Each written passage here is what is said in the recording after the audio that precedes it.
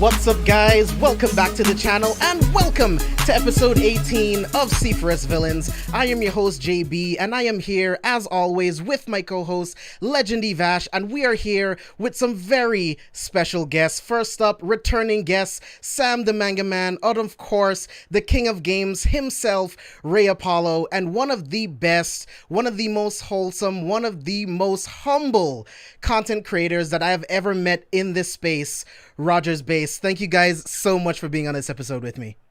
Of course. Thank you for having us. Appreciate it. Man. Yeah, always happy to be here when you put out the bat signal, baby.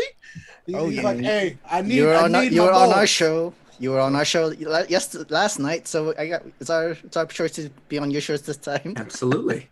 Yeah, I'm very excited to talk about the MCU Phase 2 movies. We're going to be talking about Iron Man 3, Thor the Dark World, Captain America the Winter Soldier, Guardians of the Galaxy, Avengers Age of Ultron, and Ant-Man. I was talking to Roger before we went live, and we were talking about the fact that Phase 2 has some incredible movies and then some not so great ones at the exact same time. So this is going to be a great conversation. Yeah.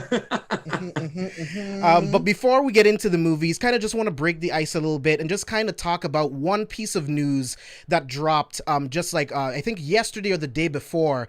Aaron Taylor Johnson has officially been cast as Kraven the Hunter in a solo film at Sony. So I want to start with you, Roger, and I want to know, did you hear about this news and what do you think about it?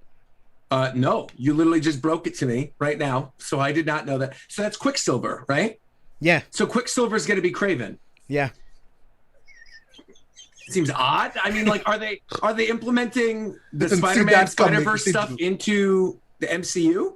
Because if that's the case, like, it seems like this new Spider-Man movie is like a multiverse thing, and they're going to be bringing in all the other Sony movies. Yeah. So if that's the case, that'd be weird to then have them interact in a future movie and have the same actor. But I mean, okay, there's a lot of actors they could have chosen. That's surprising they chose the one from one of the worst Marvel movies of all time. But right? Hey, let's go. Yeah. Like a lot of people, including myself, was saying that Jason Momoa would actually be, in my eyes, like the most perfect person to be Kraven the Hunter. Jason Momoa would have been great. Yeah.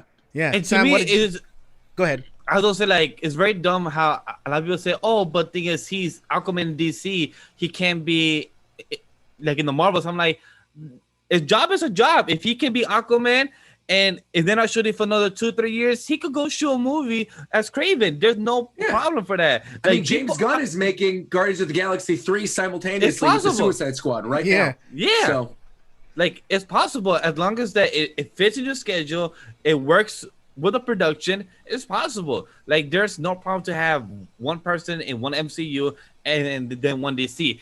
It's very different if they play two characters within the MCU where they're still alive. Then be like, okay, that's questionable. How does that work for continuity? But if it's two different companies, there's no problem for that. So I prefer Jason Momoa.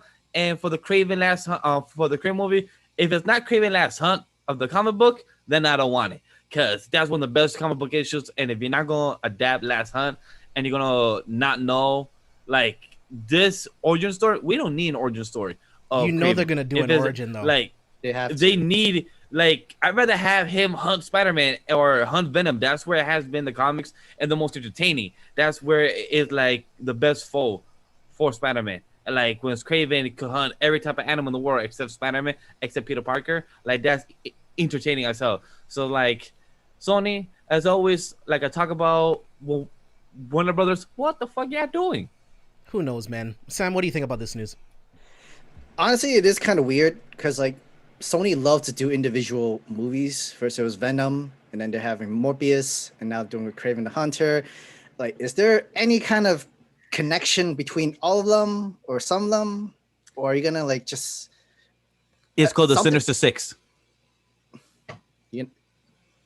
Isn't the whole rumor that the new Spider-Man movie is Sinister Six? So like, I don't think that's the case because they're bringing in Alfred Molina, right? He's coming back as Doc Ock. You've got Jamie Foxx coming back as Electro. You've got rumors of Norman Osborn coming back. Yes, Yeah, from I saw that too. The Spider-Man universe. So if they're implementing all these characters, like they would already be doing Sinister Six. We already have Vulture and Scorpion in the MCU. So you don't need any other ones. There's the 6 right there. Yeah. That is odd. Yeah, I don't know if they're doing like a darker version. Maybe they're gonna say like Venom and Morbius and Kraven are all like one universe, like a multiverse that we're not even touching on in the other MCU movies, and they're gonna canonize like the Andrew Garfield ones and the Tobey Maguire ones, but they're just not even gonna touch Venom. Maybe that's it. Yeah, I'm with you. I think it's all like a part of the multiverse, but Yeah. I believe Alfred Molina was talking about the fact that he's only going to be in it for like a limited amount of time. So I'm assuming that at some point in No Way Home, that Spider-Man is going to end up like either seeing like a vision of the multiverse or something is going to send him throughout the multiverse, and that's kind of where we'll see all of these different villains. But I don't think they actually have like big roles within the film itself, but I'm not sure yet. Oh, that'd So be we'll interesting see. then. Okay. Cool. Yeah. Ray, what about you?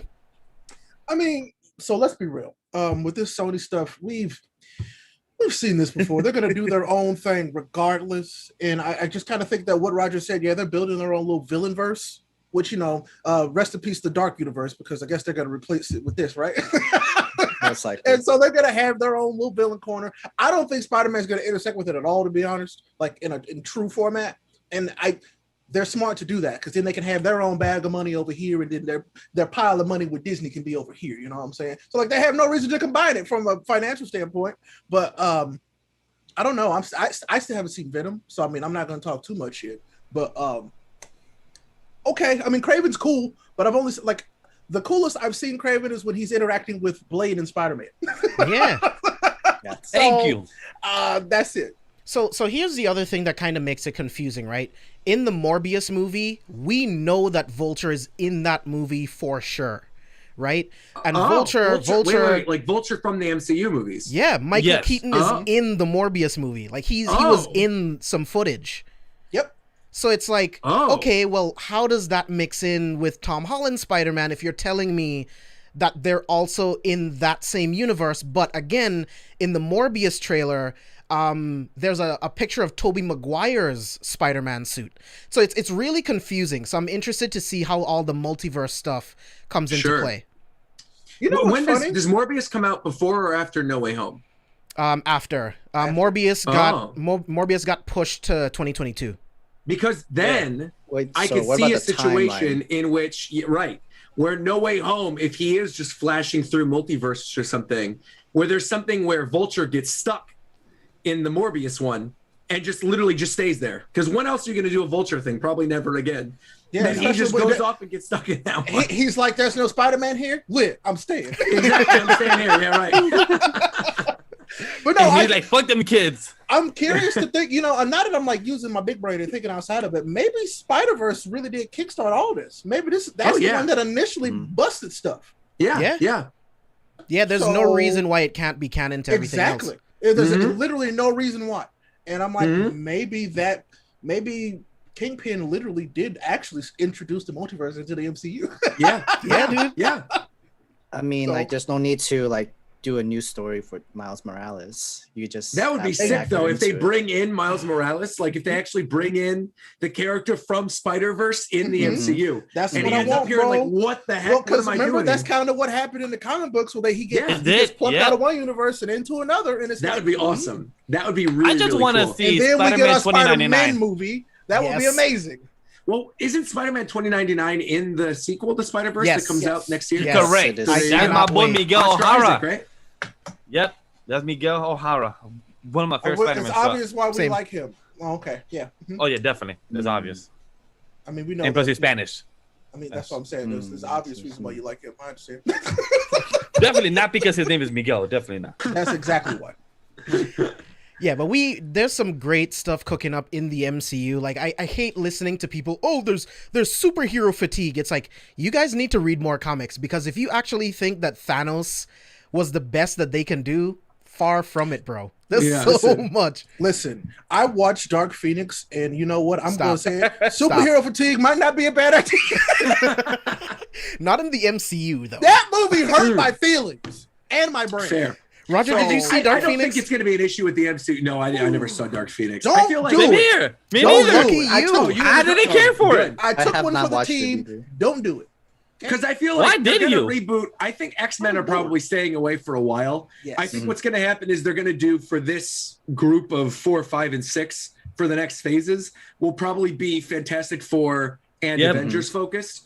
And then moving into like 7, 8, 9, those will be the X-Men things. Because I think they're still a while out, and I don't think, unless they want to implement like 1 mutant or 2 mutants here or there, or retcon this stuff with Scarlet Witch, otherwise I don't think we're going to be getting much more than that. Oh, I got some extra onion rings. Look at this. Thank you, Reagan. Hi, Appreciate it. Reagan. This looks good. Hey, Reagan. Ray says hi. So what I'm Let me go. So what I'm still hoping for with Scarlet Witch is that something else happens in Multiverse of Madness, and with all of the magic that she's been studying in that book, she accidentally expands like a new hex around the entire planet, and that's what changes everyone and creates mutants. So right? I don't think it's going to be an accident, bro. You think she's You think doing it on she'll just purpose? do it? I think she's doing it on purpose. Wanda is vengeful now. So I like Wanda shit is never going to be truly good, I believe. So it's like, and she's been done dirty too many times. And she's like, nah, I'm gonna do whatever I want now, you know? So don't blame her. Honestly, We've don't already blame her. seen her give powers to people before, with Spectrum and stuff like that. So I think it's going to happen. Yeah. It's absolutely, I feel like it's gonna be that way for real. I mean, they could do a story where like she's looking for a specific mutant with a certain power. Well, that's what I'm saying. She has to create a specific power to get to where she wants to go. So she's like, well, if I give everybody powers that have, like, that has potential for them, I'll find what I want real easy. Fishing with a shotgun. Why not? Yeah, there's a lot of different ways it could go, and I'm really excited for it. Like we still have Secret Invasion coming up, so we're getting into the Kree-Skrull War, which is going to be insane. There's still Galactus. There's still so many other things that we can do in the MCU, but we can do an entire episode on that. I want to dive straight into the MCU Phase 2, and we're going to be starting off with Iron Man 3. So pretty much how this is going to work, we're going to go around the room, just talk about why we like the film, why we don't like the film, and after we all go around and give our opinions, we'll just give our final thoughts, talk about some of our favorite moments, and then we'll move on to the next film and go on and on until we wrap up for the night. So who wants to go first on Iron Man 3? Ray? You don't want me to go first, do you? You know what? It's fine. I'll go first. I'll go first. I was like, I don't want to start either. I'll go first. So anyone who knows me knows that I am not the biggest fan of Iron Man 3. The first time I saw this film, I thought it was one of the worst comic book movies ever made, and definitely at that point, the worst MCU movie ever made up to that point. Sure. Now, I watched it today, and after some analysis, I don't hate it as much as I did previously.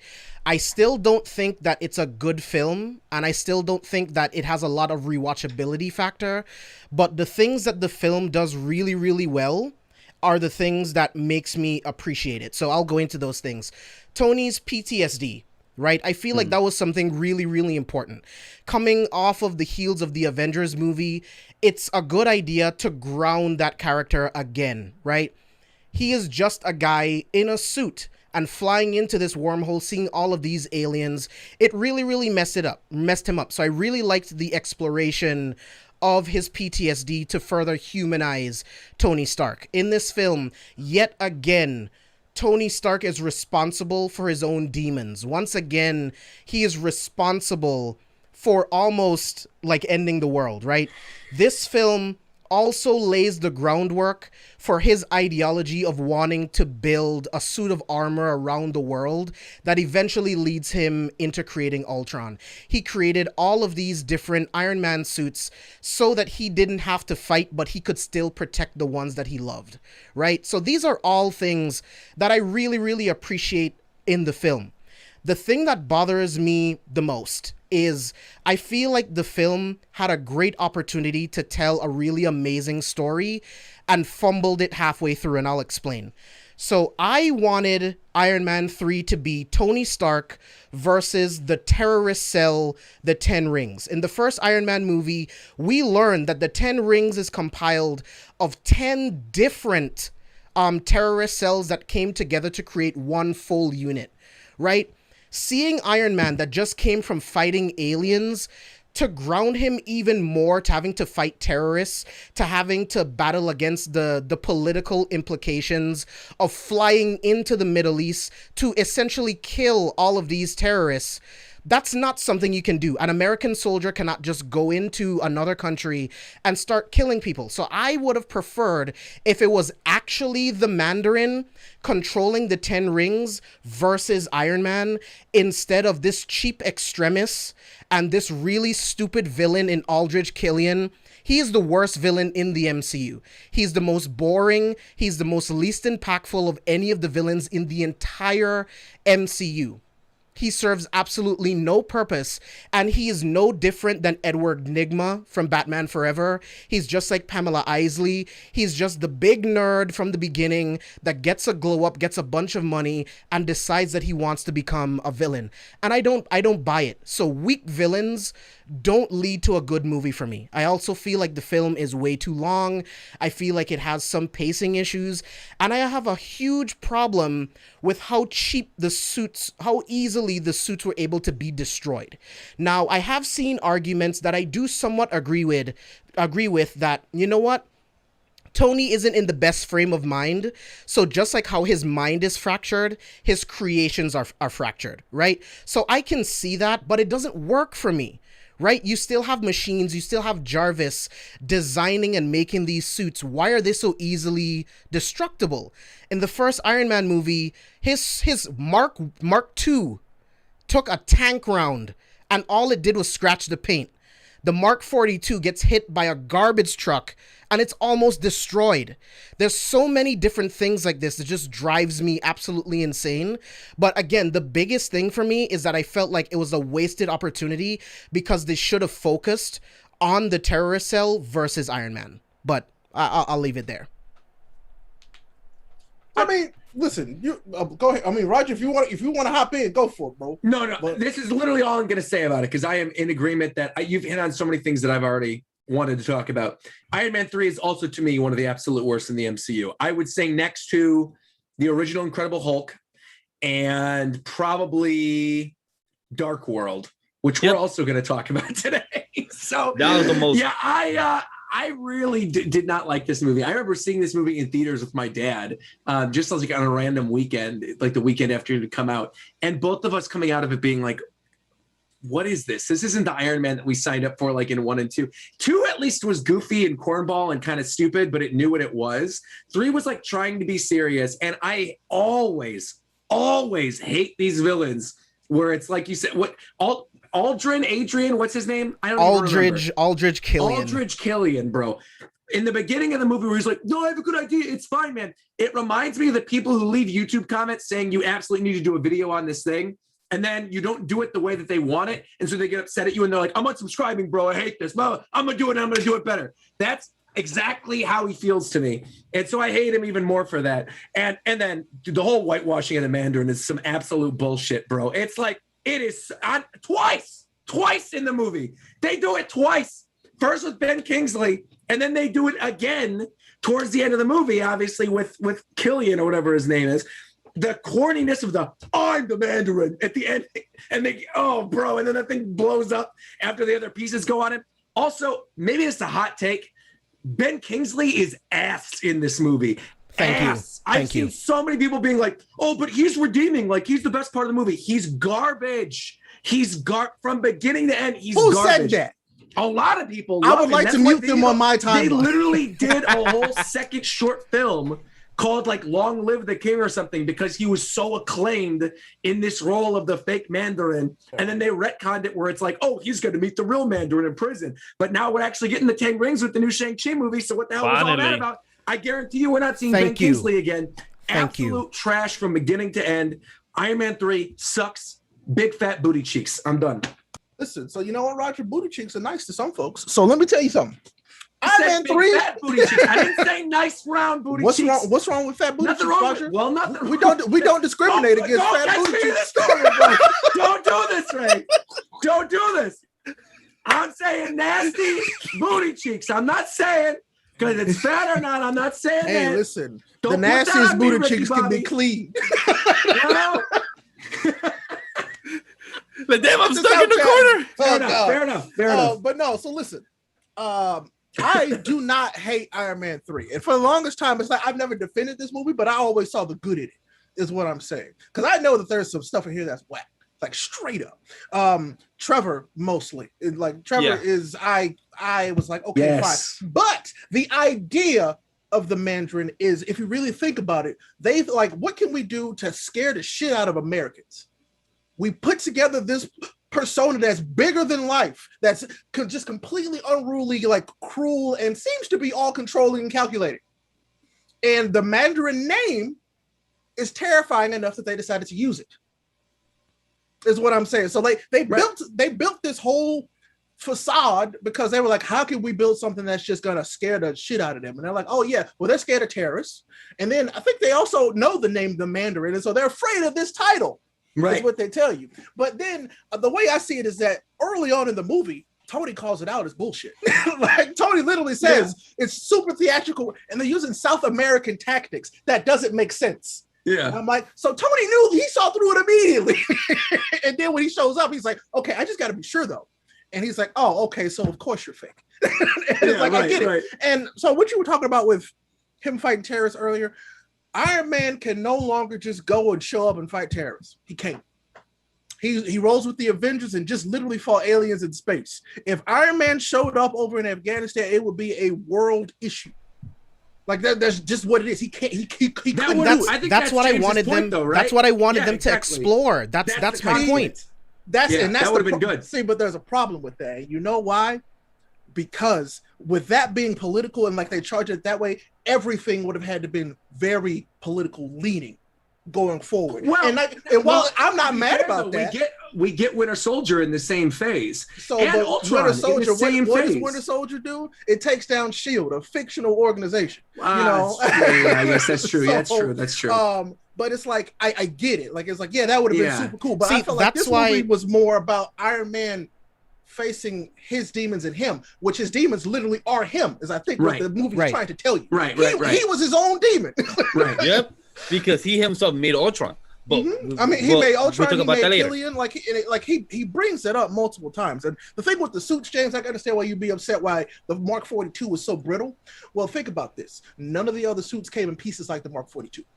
Period. Yeah, but the other suits were easily destroyed by the soldiers with Extremis, though. Those are, but it's Extremis, James, and you know that even a carbon copy, fake ass like bootleg Extremis is ridiculously powerful. That's true. You know, it's exploding. It's exploding literally in front of them. So it's like, listen, Extremis is, and I feel like that went to show you that this stuff wasn't nothing to mess with. Like Extremis is dangerous. Yeah, especially when they're blowing up at 30,000 degrees Celsius, bro. Yeah.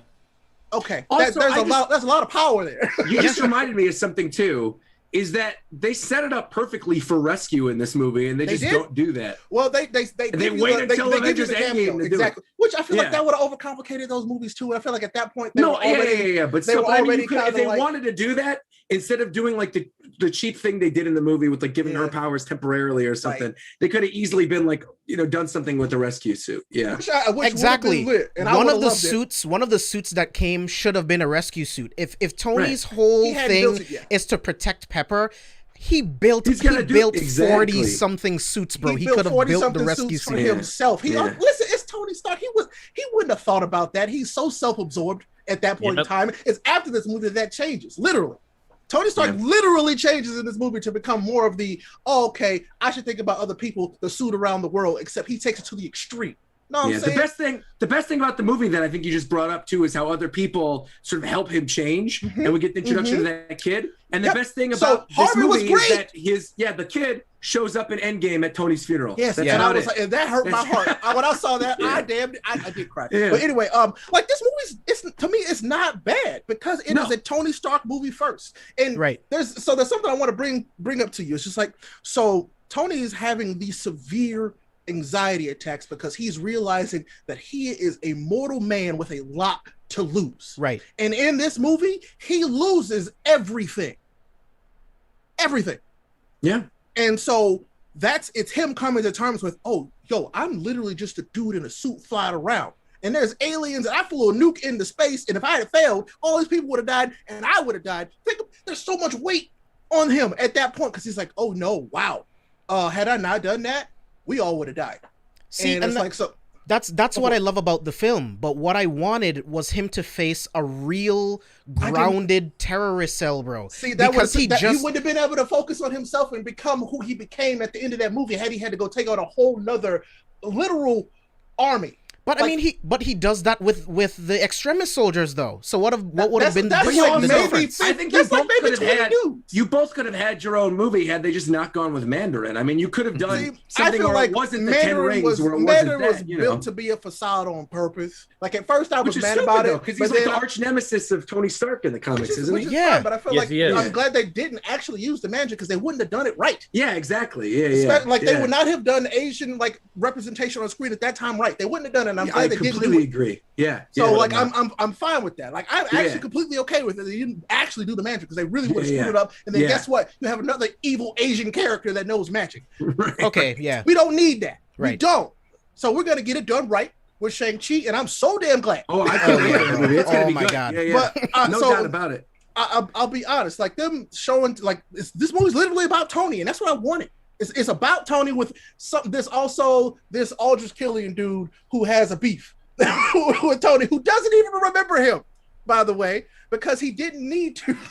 No. So, but I love this. This was this movie showing a hero who had everything feel like he had nothing, literally, because he was dealing with an existential crisis of, I'm just a dude in a metal suit. And the one thing, there's a beautiful thing that not beautiful, but it's just like it's sobering because he's able to breathe normally as soon as he steps into a suit every time before. If you think about it, he takes a deep breath because he can breathe. He's like, I'm protected. I'm in I'm in my safe space. This is what makes me strong. And yeah, the Mark 42 being super brittle was absolutely a reflection of his mental state. Right. Absolutely. And I saw that, yeah.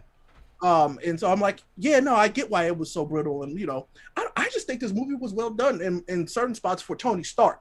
Now, I'm not saying just overall it was good, but for Tony Stark, Tony was legitimately great that entire movie. Yeah, I would say that is the best thing about the movie, right? He's great. Tony in it. Yeah, of course. Tony grows so much through this movie. Yeah. There's nowhere does he ever return to like old Tony. Period. My thing is that's only one aspect of a movie, and I have to judge a film as a whole. And as a whole, for me, superhero films, and this was an early one. True. It's just for me as a whole film, it doesn't work. The scenes that I did like, getting all of the different suits at the end, I can watch those on YouTube. There is nothing that makes me need to rewatch this movie to get to those cool moments because I can just turn it on YouTube. I mean, so I watched the movie because of Tony and what he's going through and how he deals with it. Like him coping with it. I like it for that. Like the stuff with the kid, I was like, did I hate this? And I was like, actually, no, this is some of the best of this movie is when he's interacting with Harvey, straight up. Yeah. Because the kid's being a kid and Tony Stark is being Tony Stark, which is kind of a giant man-child. You know what I'm saying? So I'm like, no, this is good. Like I enjoy it. And I'm like, it does some really super cheesy stuff. But it also shows you that Tony Stark has always had a heart. He does care about people and helping others because he didn't have to help that woman when he was like, oh, my son committed like that. He blew himself up. No, he was like, no, your son didn't. And that's bullshit. And I'm going to tell you why. He didn't have to do any of that, but he did. All while he was dealing with all his own everything. He decided to go and help figure this out for these people. He didn't have to talk to her. He could have figured it out on his own and gone about his business. He really could have. But he decided to help him out. And I felt like, I don't know, Tony was just likable to a point, but the real MVP of the movie is Rhodes. Let's be honest. Oh yeah, he kills it in the whole movie. Rhodey was goated in this. Rhodey's always I'm like, this was like, thank you. Like I'm like, he was Don Cheadle was such a good pick for Rhodey, and like it showed in that movie. And then like the brief moments that we get with him, I'm like, this is perfect. Why didn't we get more of this? I would have loved this. Like I wanted more. If anything, I wanted more of Tony being with Rhodey and trying to like work together in kind of a another wasted opportunity. Like, that would have been a much better. Been more of Iron Man 2 though. I mean, I expected that. Like I remember back in the day where they showed trailers for Iron Man 2 and they showed that scene when they're in the dome. And so I think Iron Man 2 was just a mess. And they're fighting each other. And I was like, the whole movie is going to be War Machine and Iron Man. Iron Man 2 was a mess because I think of everything that changed, behind the scenes of real life. But I feel like it could have been, a Cap and Sam situation with Iron Man and Rhodey, but we didn't get that. Sure. It was Tony and Pepper, which I'm also fine with, but he needs friends other than Pepper. Vash, what are your thoughts? Overall, I like the movie. Yeah. Vash, what are your thoughts? My thoughts are exactly almost like Ray, because at first in the beginning when I first saw Iron Man 3 years ago when it first came out in 2013, I was like James. I hated it. Not hated it. I had a sour taste in my mouth. For those that don't know, I'm a huge fan of Iron Man before people knew Iron Man in the movies. I was an Iron Man fan from the cartoons and the comics, and I knew Extremis. I grew up with Extremis in the comics. I know the Mandarin, the arch nemesis, like Roger said, to Iron Man.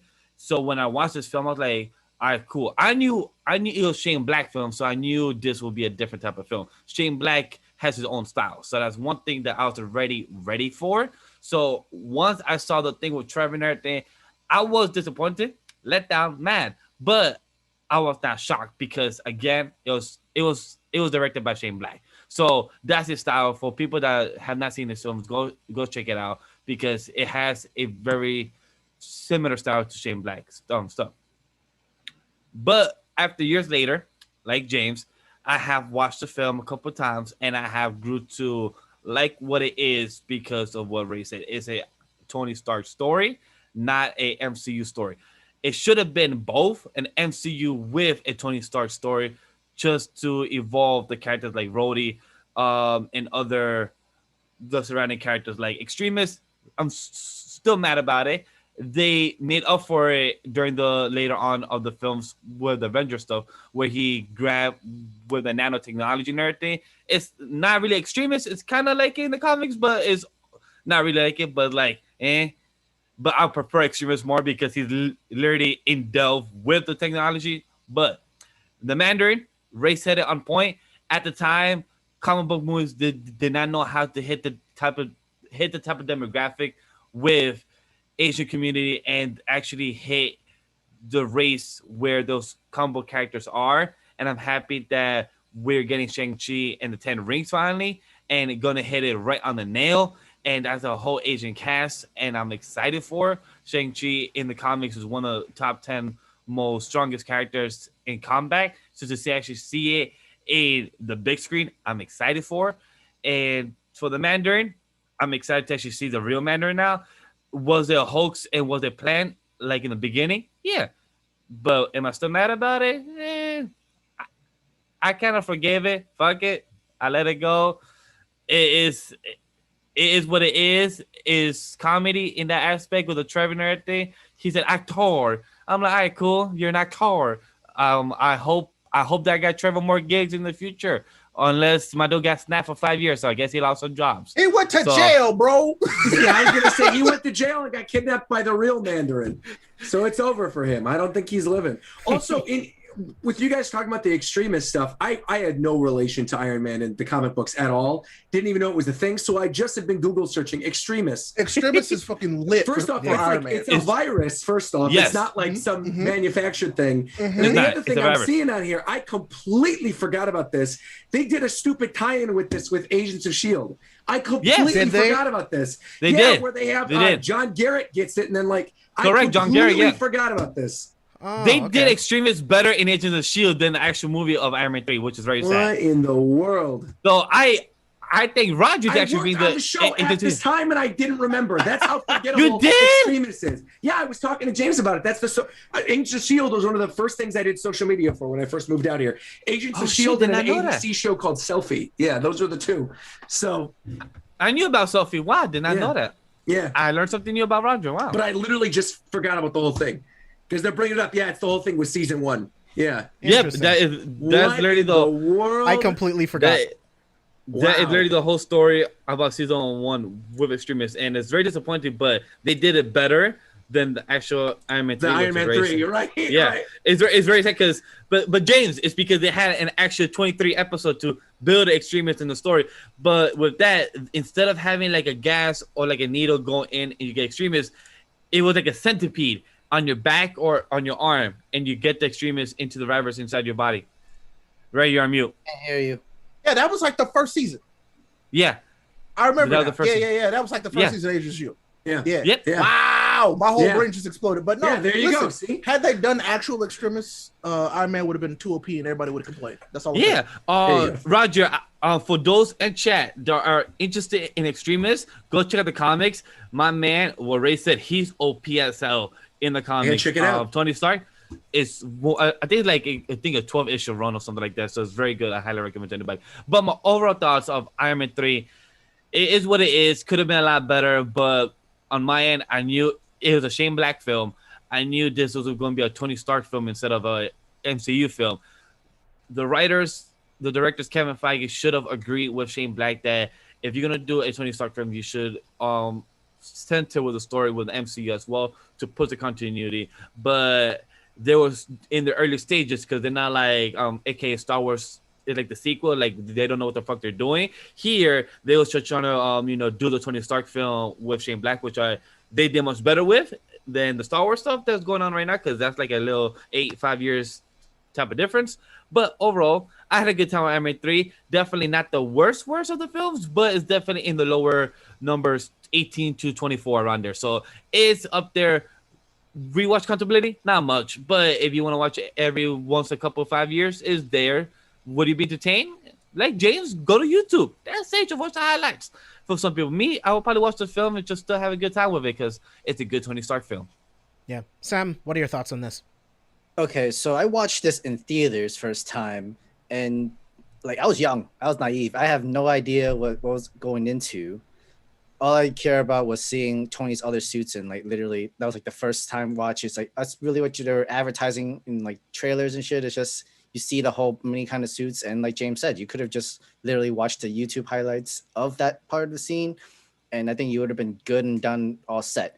Watching this movie as a whole, they do make Tony Stark really relatable, really good. The anxiety attacks that he has, the whole like trigger warnings of words for him, where he's like, "What's it like in space? Like, what did you see?" Like, I was like, oh. Like it really worked. Like that's literally how anxiety attacks. That's how PTSD it works.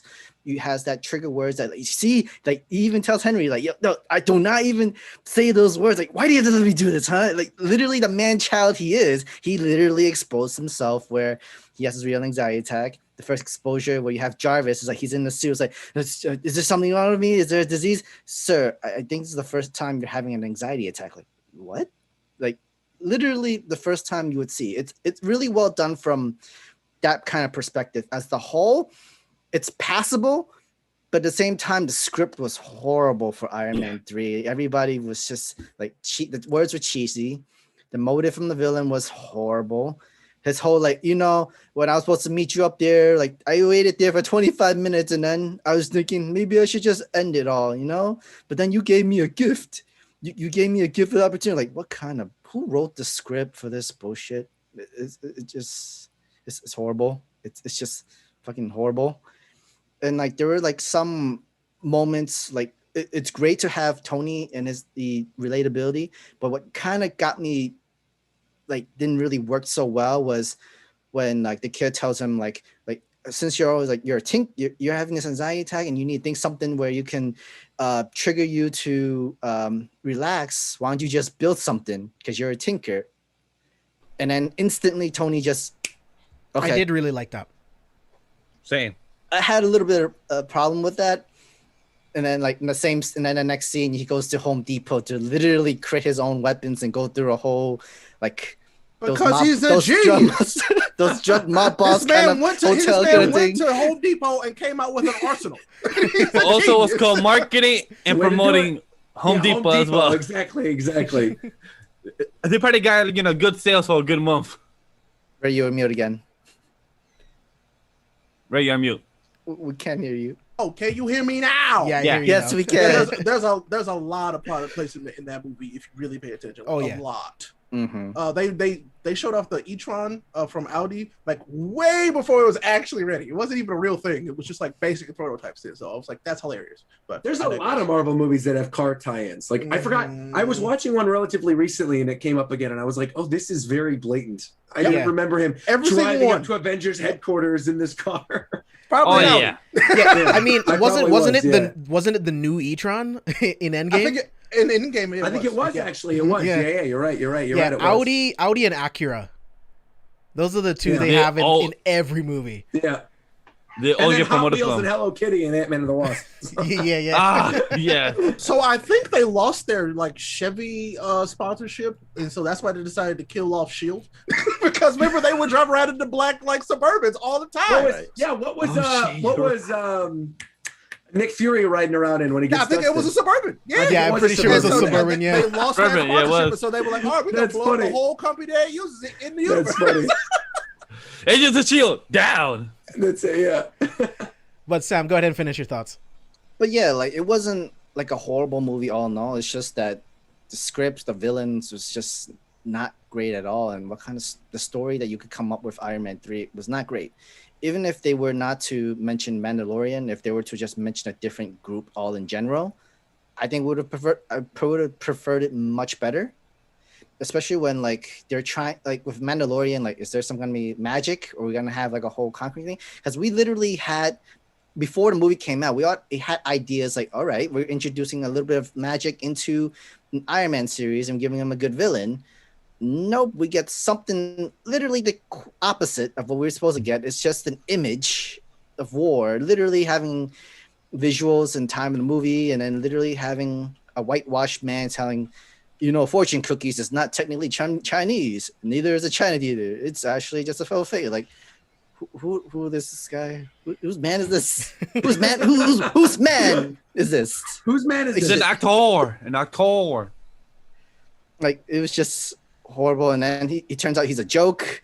He literally entire movie. He went to the bathroom like quick. I was like, oh yeah, don't go in there for the day. Tony's like, yo, go to the bathroom. Like, okay, all right, sure.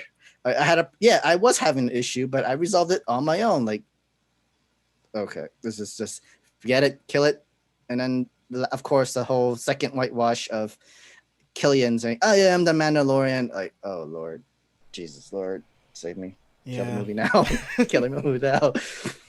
And then, I mean, I like the finish, though, with Pepper Potts literally take him down. Like, did she kill him? Or literally just she took blows him down up in the suit, right? Isn't he like about to blows her explode up in and the the suit goes on and he blows up? Yeah, but then he comes back again, says, I am the Mandarin, and that's then right. Pepper kicks like a missile or something and then uses a repulsor ray, blows him up. That's right. I felt it was a little unnecessary, but I felt it was not really necessary, but I mean, we needed more Pepper anyway, so it's all good. That's fine. And then this entire movie was literally a whole backstory of Tony talking to Dr. Banner, and he just fell asleep in this whole entire time listening to him. Like, what part did he listen to? I was already so done with this movie. By the time I got there, I was like, this is just a fucking story that he's telling Banner who's falling asleep right now. We were Banner. The audience was Dr. Banner in this movie. That's why he was falling asleep. Marvel knew what they had on their hands. That's it. Yeah. That's sad. Man. Any final thoughts before we move on to Dark World? Oh boy, moving from one garbage one to another one. No. To some type of okay garbage to the worst garbage of the whole MCU. I'll agree with you on that. You know what, James? I'm going to take this one. Let me start with Dark World, if I may. All right, it's you. Yeah, we're going to transition to Dark World. Here we go. All right, look. I did not like Iron Man 3. Clearly, based on what I was saying here, Dark World is abysmal. Here is why. In the lead up to doing this discussion about a week and a half ago, I was like, I'm going to rewatch Dark World. A week and a half ago, 9 days ago, okay? I watched this movie. Same. It is now 9 days later. I don't remember what the hell happened in this movie. I don't remember a thing. There's stuff where Natalie Portman has the thing injected in her, and then like his mom dies, and then there's. Did you watch it with Reagan? What? No, I just watched it by myself on my computer. I wasn't going to subject her to that. Are you kidding me? I want to stay with my girlfriend. Thank you very much. So then there's like portals that are jumping between things, and things are flying out. And then like James and I were talking about this earlier too. Loki is locked up, but then he like becomes a good guy midway through the movie, like helping them, but not really. But then he becomes Odin at the ending, which by the way, we're gonna negate that for Thor Ragnarok in the beginning of that movie too. Who cares? We're not going anywhere with this.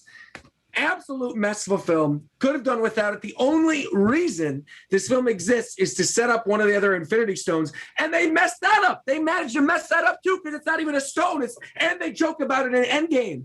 It's like a liquid whatever goo thing. What is it? Who cares what the ether is? I don't care. None of us care. Make it a stone. Do something with Loki, bro. Absolute trash. And then like the whole thing with the elves. And the guy who's like the worst Doctor Who being the bad guy in this movie too. All garbage. Absolute garbage, bro. Toss this one in the trash bin. 0 out of 0. Worse than Big Mom getting amnesia in One Piece. Terrible. Terrible. That's all I got to say about this. Vash, go ahead. All right, so as people know, I'm a host on the show, Co-Villains. When me and James said, hey, let's do the MCU and everything, I spoke to James like, yo, can I get a pass on not rewatching Thor: The Dark World? He's like, wow, one chat stream. I never watched the full film years ago. I watched 40 minutes, and I knew those 40 minutes, I should not finish this film because it was not worth it. It was sad because I'm a comic book fan, and I am a completist. For me to deadass literally be in the middle of the film, be like, you know what? This ain't shit. This ain't for me. This was not at home. This was in the fucking theater. And I'm mad at myself that I left. I deadass paid the money, sat there and everything. And I went by myself because actually my friends to go, they have plans to business. I went by myself. I literally sat there in front of me like, yo, what the fuck is going on with these elves? And like, why do they feel like they don't even know what they're doing? And I was like, I said I'm gonna go to the bathroom. Went to the bathroom. I took longer than I expected. I was like, you know what? Fuck. I kind of got hungry. I literally went out and eat. Never went back to theater. Do I regret ever seeing it and might ever finish it in the future? Maybe. Who knows? Maybe not. I was rewatching Phase 1, Phase 2, and currently in Phase 3 with my fiance. We even skipped Thor: The Dark World. I just told like, babe, not huge things. Something about elves, something with Thor. We're going to watch Thor 1 and Thor 3. I can explain to you what happens about his character. Don't worry, Age of Ultron and everything, we're good. She's like, okay, cool. She didn't even care. She didn't even see it. So me on that end, it sucks. This film is that bad because I'm a completist. James knows that. The whole team, these panelists know I'm a completist. And for me to not watch it and only watch 40 minutes of it, disappointing. This movie was and I feel bad for Thor. Literally so bad that it took a decade for Natalie Portman and Darcy to come back to the highest grossing movie franchise of all time. Facts, bro. It was so bad that they couldn't be asked to be brought back for the third Thor movie. Like 5 years later, they're like, no, we're still scarred from Dark World. Thank you very much. It took a Disney Plus contract and a guest starring role on WandaVision to bring Darcy back. And even then, despite being a crucial plot point in Endgame, Natalie Portman was still like, look, you need to make me the star of the next Thor movie. Otherwise, I'm not going back for this 2-minute sequence in Avengers Endgame. Trash. Yeah, bro. Ray, what you got? Listen. Ray's like, damn. Listen. Thor: The Dark World. Please don't tell me you like this. No, I hated this movie. Oh, good. I never say that about. I wanted to still be friends. Everybody knows. I hate this movie, and there's a lot of reasons why. This was about the time that they were like, we're gonna use Agents of S.H.I.E.L.D. as a bridge, and we'll keep you watching. And then Dark World happened. Oh yeah, that's what Sif was in the show on season 2. Yeah, I remember Sif. Another character that did not come back Later on. Nope. I come back. Thor: The Dark World was about the time that I feel like people who were working on Marvel movies got superhero fatigue. They looked so bored doing this movie. They looked bored doing this movie. They're like, why are we doing these? It's like you could tell the people who were acting in the movie, like, why are we doing this? Like, the first one was This one, Natalie Portman hated it. So it's like you can tell. You can see it in everything that's done in this movie. It's just a slog to get through. It looks like the people are just kind of like folded it in just to get it checked. They're like, okay, I'm here, whatever, and it made it unfun to watch. It's not a fun movie to watch. And like I will say, Iron Man 3 is at least fun in most parts to me. Thor: Dark World is not fun at all, bro. Like I'm just bored and like kind of like frustrated that I'm wasting my time. It's like Thor is such a cool character, and that movie does nothing to take advantage of that. Period. So I'm glad you brought up Sif, because again, I'm looking this up as somebody who forgot some of this stuff. And again, not only did I just watch this movie. I was saying he saw 9 days ago. Not only did I just do that, not only did I work on social media for Agents of S.H.I.E.L.D. for a time, not only were these all things that I was involved in, I straight up did not remember she was on the show. And I forgot in season 2. that literally she was so unimportant to the rest of it and did not want to be involved that they told everybody she died off screen during the Thanos snap. They mentioned specifically in the director's cut, they're like, oh yeah, we just weren't even going to be bothered to bring her back or have her come back or whatever. Just imagine she died and then came back to life. She died forever. Yeah, and then forever. She's never like, came then actually, then she was fine. So yeah. But like, what the heck? This movie that was like the one where I'm like, wow, this is where I'm like, if this is where the rest of them are going to go, we're in for a bad time. And so that one kind of discouraged me for a little while because I was like, oh no. Just overall did not enjoy Thor: Dark World at all. But I don't think anybody did. So no. Yeah. Sam, what are your thoughts? Okay. So I want to bring up first, when people tell me do not watch this film, I don't usually watch it. And like Roger, technically it was like 10 days ago I watched Dark World and I was bored as fuck. I was like, dude, is it over yet? He takes us to the group chat. I'm bored. Dude, what is this? Like, I'm just so bored. I think what got me, like, they brought in the whole elves and all that stuff. And I was like, how come they are like fully blackface? Was this ever a whole controversial kind of thing in that sort of way? The elves, they were like the dark elves. So they literally had them in blackface. They had white faces. Malekith had half his face burnt, so that's why half of his face was black. No, like literally, like back in the beginning. I just watched this. I didn't remember. Yeah, this is what I remember. I'm going to share screen real quick so you guys can see what I'm seeing. Hold on. This is what I remember from Dark World. This scene, right? This guy, this absolute freak over here with the blue eyes, the worst Doctor Who. This guy. I didn't remember.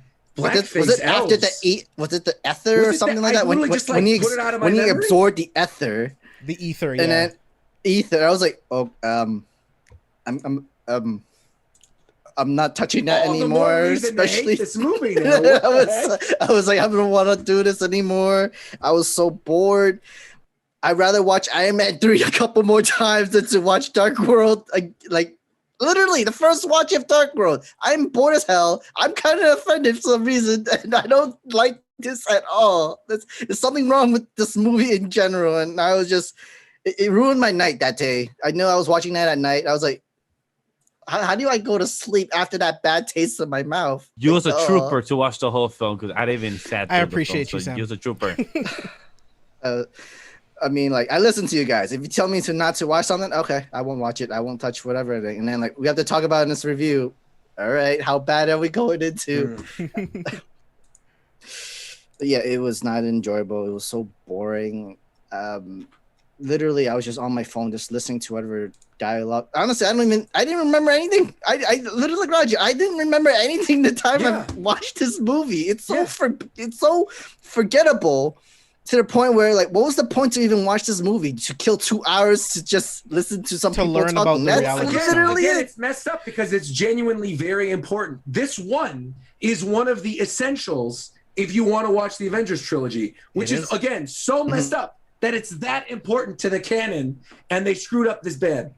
I think it might have been touching on what you guys were talking about earlier too, that maybe Marvel was sort of hitting superhero fatigue. We had like the stuff with Agents of S.H.I.E.L.D. Iron Man 3 wasn't as highly acclaimed. Iron Man 2 also, if you remember, was not super highly acclaimed. Right, the Avengers was good. Captain America, even at the time, I remember, was getting mixed reviews. They were still relatively positive, but they were still mixed. It was still like, okay, this is fine. Now, obviously, people look back at that original Captain America film fondly, seeing where Steve Rogers went and having had the stuff with the Winter Soldier. But again, even at that time, also Hulk was not good. So actually, they were not batting great numbers at this point. And they were putting out tons of these other movies. It just so happened that Avengers was good. They then were like, all right, good. We're going to move into this next phase. We already have a plan. These are the things we already have in mind. And then honestly, I just think they lucked out having Winter Soldier next. I really do. Because I think had the next movie not been good, had the next movie been like a not that great treatment of Ant-Man or like Guardians of the Galaxy, I think Marvel would not be the same as it is today. I don't necessarily think it would have like died. You know, I think like Star Wars has overcome a lot of stuff that isn't particularly good either, but I feel like it is the kind of thing where it wouldn't have the same brand appeal and impact on culture today as it does. You know what was also kind of bad too? I think they tried to copy the same villain storyline with Man of Steel, and that both came out in 2013. Literally, I guess like they did come out around the same time. Yeah. Literally, they did not wake up until the ether was was revealed. It's all found and all that stuff. Like, wait, why am I watching Man of Steel again? Wait, why are you copying Man of Steel? Because like that was technically how Man of Steel was. Like, they didn't. Like the villains did not wake up until like the ship and everything, and it literally on power save mode their entire like time trying to reach somewhere to find the last Krypton. But apparently Dark World was even more boring. It's worse, a lot worse. So it was just a travesty. It was just never again, please, never again. Yeah, it's not a good movie at all. I'm with you guys. I watched this movie on Monday, and it's just so incredibly forgettable. At least in Iron Man 3, I can point to at least 2 scenes where it's like, you know what? That's fucking dope, right? But in Thor: The Dark World, there's nothing really like that for me. I feel like Heimdall is underused. I feel like yet again, the Warriors 3 completely underused. It's like, this is why Thor is such a completely different character in Ragnarok, because in Thor: The Dark World, he's just so fucking boring that they had to do something to spice up the Thor character, right? I also feel like they didn't use Loki to his full potential. I might be in the minority, but I actually think that Tom Hiddleston is the best part of the entire movie. He's the only person that brings charisma and he brings life to the film, because you're definitely not getting it from Odin. You're not getting it from Thor. You're not getting it from anyone. So it's all on Loki. And then Malekith is so boring. And I feel like Chris Eccleston is a really good actor. And I was actually excited when he was cast as Malekith, but he's so boring. He just wants to use the Reality Stone to freeze the Convergence so that Idrisil can be in never-ending darkness. That's fucking boring. Like, even his motivations are boring. You know what I mean? So it's like, nothing really works in this film. Jane Foster is an astrophysicist, and all she does in this entire film is just worry about Thor. Where's Thor? I can't think. I can't process. I can't do my work because all I'm doing is thinking about Thor. Yes, Chris Hemsworth is great looking, but come on. Like, you have a career. You are an astrophysicist. She should have been doing other stuff. It's especially funny, too, now looking at what they're going to do with it, where it's like, I think we're going to make her bi. I think we're going to make her bi and marry Valkyrie for the new Thor movie. That seems to be the direction they're going in, And so if that's the case, that makes Dark World even worse, that she was obsessing this much over Thor. Hey, I was just going to ask, since I know that Ray in the beginning was complaining about Dark Phoenix, would you rather sit in Dark Phoenix one more time or Dark World? Dark World. I've at least watched Dark World, so I'm going to choose Dark World. Ray, you got to choose one. Ray, you got to choose one. He said no, that's the right answer. No. Damn. No. Sam, what about you? If you're doing a review for that, I'm not even like, nope.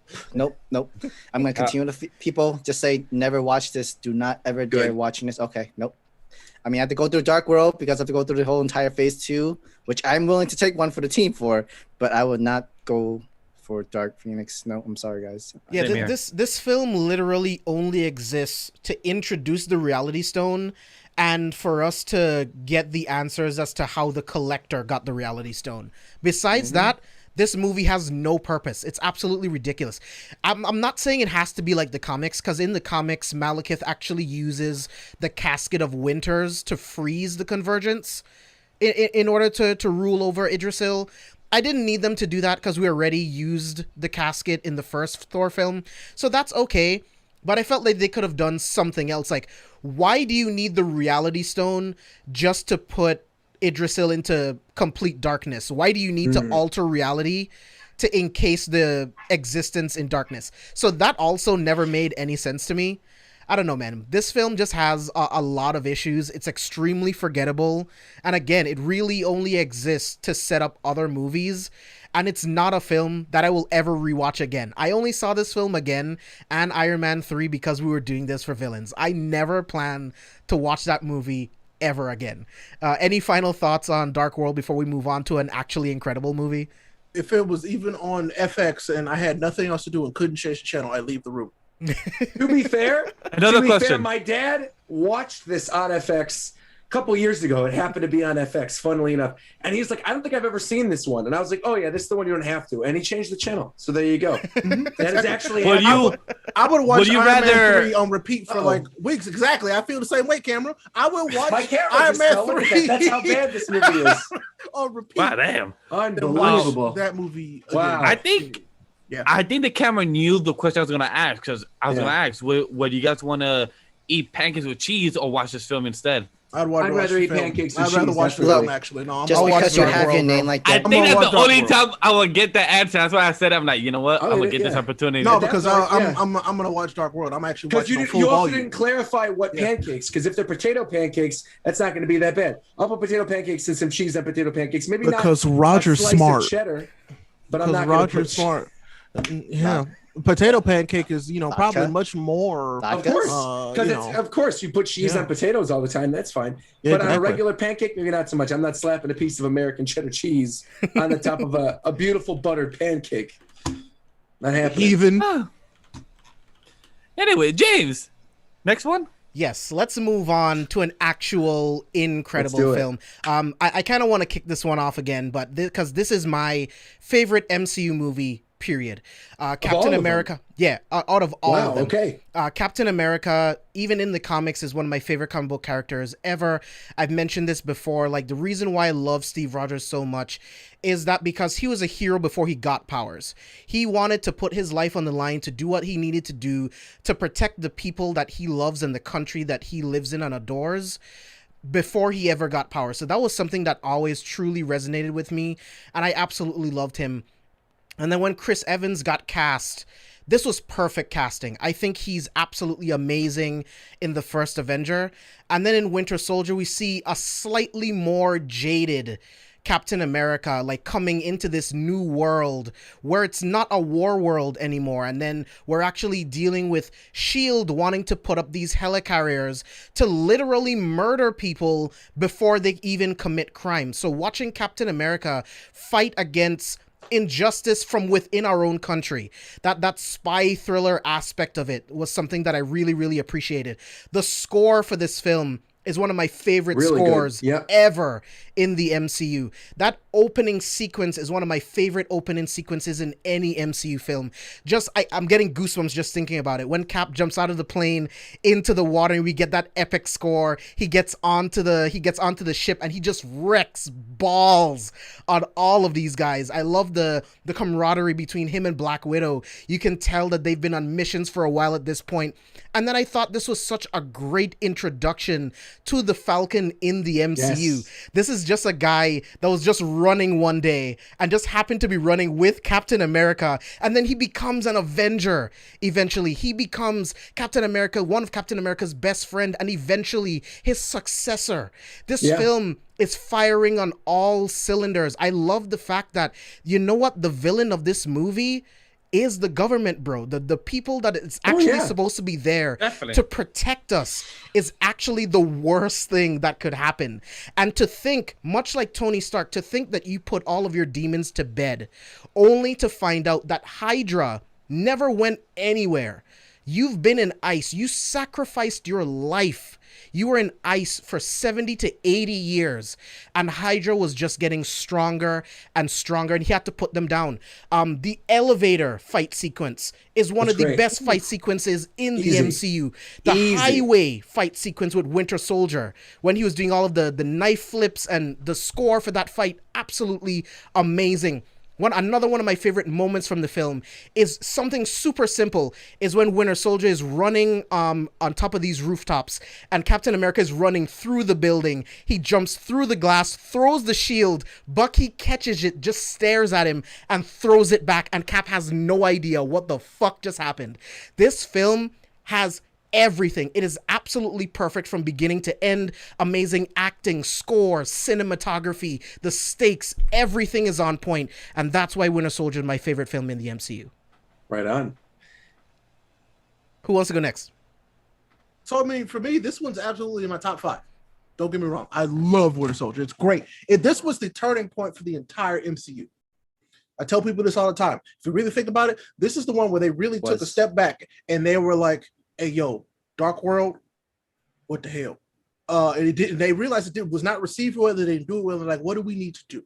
We need to make these good movies. When I say movie, I mean like it needs to be a good film that people will enjoy watching, not just having the story stuff to fulfill our own like check boxes for what we want to do with this.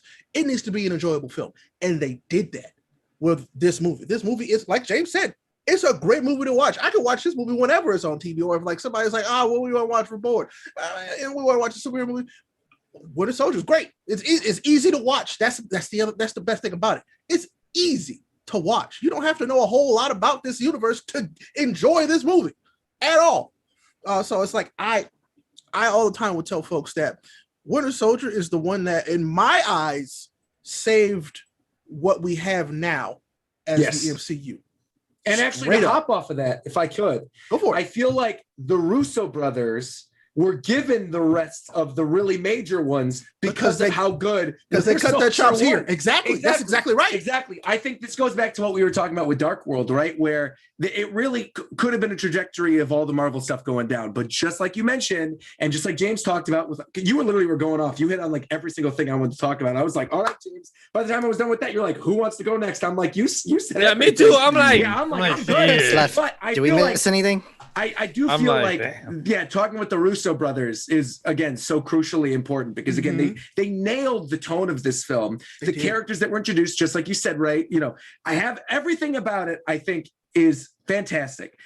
And it sets up perfectly what I think unquestionably is the best trilogy in the entire MCU, including the Avengers movies, and here's why.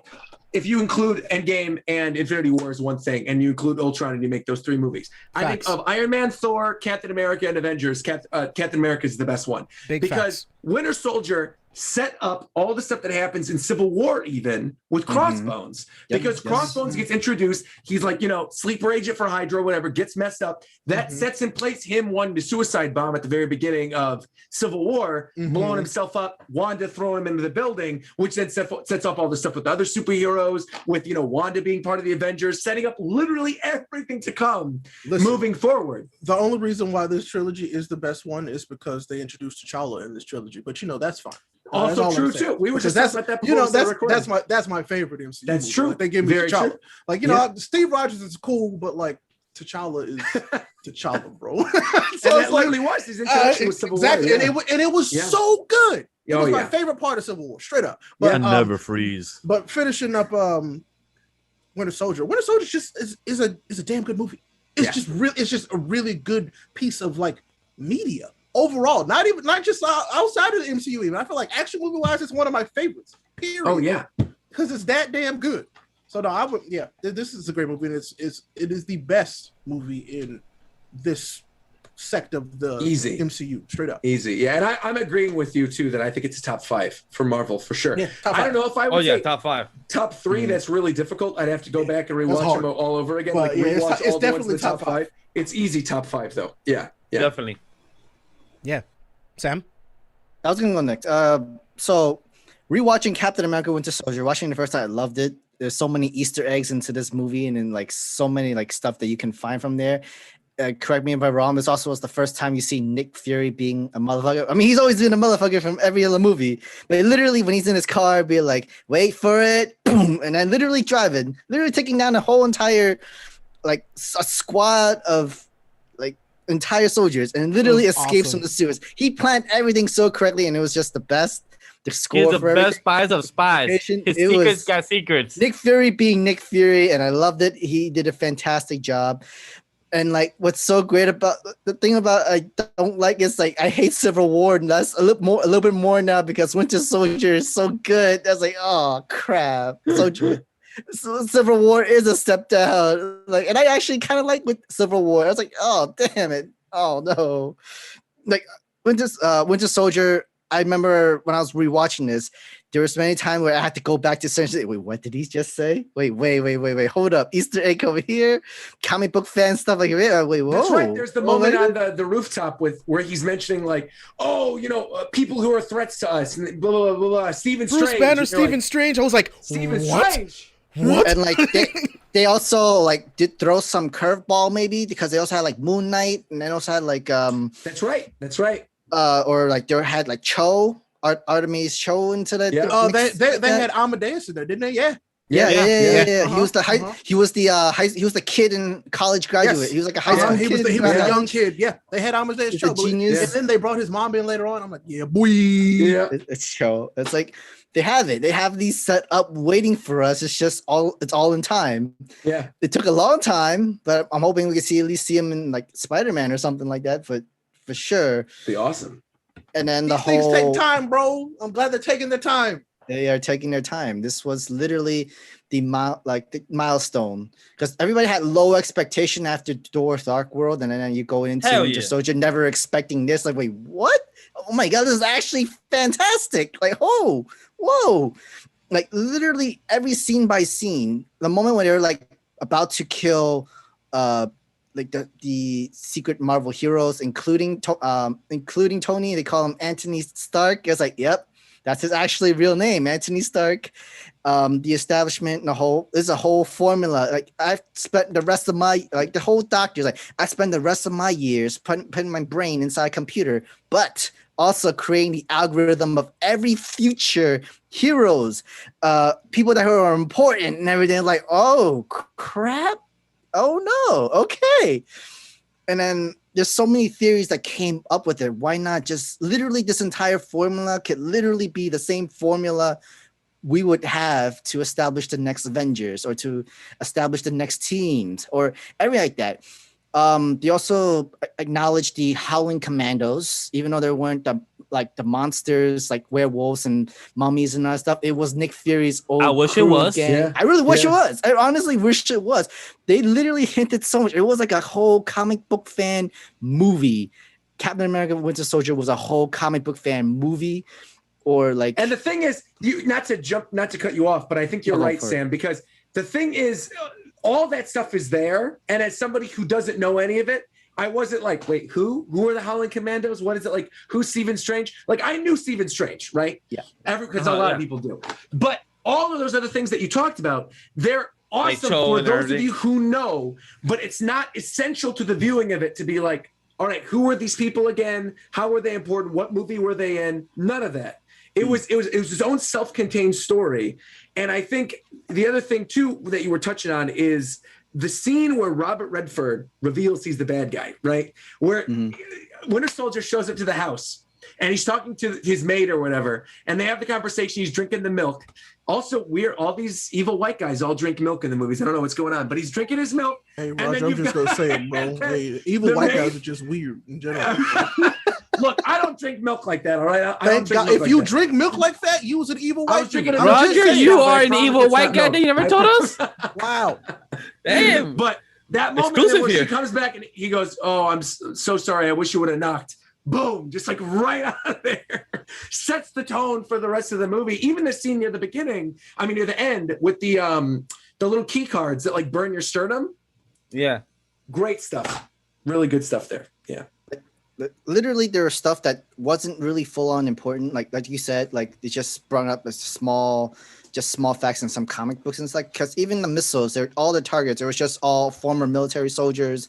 It was like what importance that they did. And then if you were to look it up, literally they just had a homage of them in the comic book. He did this. I think they also had a homage of the person who technically replaced Captain America during the time that he was asleep. And then literally they needed a whole Captain America hero, even though he had some issues and problems and stuff. But they acknowledged him. He wasn't in the. He's mentioned in Winter Soldier. I don't I might think need to so. look back for it. I Oh, no, no. I don't think so. Are you talking about- I don't think so. I would need to look back into Falcon that and one. Winter Soldier. Yeah. No, I him, no. just Oh, rewatched oh, him. him, No, no. he's not Well, I mentioned. was like, Who would you say was that mentioned? would've been sick. Could you imagine? Because remember, he's technically dead. dead. Right. Who'd you exactly. mention? Isaiah. Yeah. No, they didn't mention him. Nope. I didn't Yeah. think so. No, Yeah. no. Like He went- only he the went ones wild. They directly. literally they erased him from every form of record. Exactly. Yeah, So exactly. that's why he wouldn't have been targeted. Yeah, He would that's have why I if was he was still in there. confused. Yeah, exactly. Yeah. But yeah, definitely one of the top 5 movies to come into MCU. No problem. That literally just like brought down Civil War for me under like top 10, like maybe top 10 maybe, or at least lower. Listen, than that I now. got thoughts about Civil War. It's what I'll tell you right now. It's actually kind of like outside of T'Challa. I'm not a big fan of that movie. Really? Talk about that another- Yeah, I'm not talk the only about that one. later on. Thank you. Like now Thank I you. got it. No, because like I Jay mean, used there to- was another script treatment with Jay used to Spider-Man. question me. That's I'm all like, saying. why? There was another script. Didn't have Spider-Man in it. It was adjusted. The pacing was different. Thank you, It Ray. exists. Thank you for saying it. I'm not the only Interesting. one. Just question me like, what? What's wrong with you? I'm like, you see? Not the only one. Let's go. but yeah, I'm good. I'm good. Cool. Vash. I love the panelists. Said I love things about the film. I just want to say props to the Russo brothers and to the choreography, to the fight, like we mentioned, like James mentioned in the elevator scene when Steve said, "Before we get started, gentlemen, does anybody anyone want to wanna get get out?" Ooh, I love that goosebumps, scene, bro. Very, So like, good. They're still making so memes good. for this. Yes, it's so perfectly well said, and the way the fight, I really want to see the behind the scenes on the production, the camera work, how many takes they did have to do it, because me working production within the past year and in post production for the past couple of years, I really want to see how they did that thing because it looks wonderfully and everything, and to see the Russo Bros and the choreography, how well and amazing they did, it's fantastic. Props to that. Like Sam mentioned earlier, Nick Fury, my man. If people like Nick Fury from the MCU, go read and check out Nick Fury in the comics. He's amazing. He does some cool shit in Agents of Shield comics, in other type iterations that they have Nick Fury, because this man is the spies of spies. This man has secrets of secrets. When Steve saw him still alive, Steve was hella mad and hella disappointed. Like, yo, I think he trusted me and everything, but Steve need to understand, like, my man Nick don't trust nobody. Like, when you're the head of organization like this top of Cold Shield, you can't trust nobody, because even this white dude that he thought he had trusted backstabbed him and got him killed, and he was working for Hydra the whole time. So how do you think Nick felt finding out that guy that got him a Medal of Honor and everything literally got him killed? So like, It was this so film funny because had- he mentions that he turned down the Nobel Peace Prize because of something else. It's like, bro, you can't trust anyone, bro. Anyone. So it's just hilarious how this movie hits so much notes, and James so perfect, like the government, like one of the most corrupted things in is humans and plus the government, and to see it on screen done so well in a perspective of a guy like Steve trying to understand itself, who has been asleep for 70 years and just coming back and building a relationship with Sam, like understanding and the the whole chemistry, but like on your left, and then coming years later in Endgame, like on your left, like knowing this film has played so many lines. Like I said it on our Phase 1 review, Captain America and Iron Man are one of the two films that has played so much lines, again, repeatedly feature as callbacks. And that's when you know that the storytelling and script writing are one of the top tiers in these films, because they know what they have in the cast, in the writing, and plus in the directors. They know what they're producing, and I can give props into that. Yeah. Yeah. You also bring up the scene too with Washington D.C. as well. That is brought up in the Sokovia Accords, and that scene in Civil War with the highlights of like things in history that were messed up by superheroes. So yeah, it's brought up there as well. Yeah. Yeah, Roger, did you have any other thoughts before we move on to Guardians? Oh no, go right ahead. No, anyone else? Anyone else have any final thoughts? I did want to add. I will get one also. Quick, actually, give me a sec. Yeah. One thing I was gonna add is that the line that is with Steve and Bucky when he says, "I am with you to the end of the line." I love that line as well, showing that no matter Steve, if it's his mission, that's his childhood best friend, that is his man, that is his right hand man, his partner.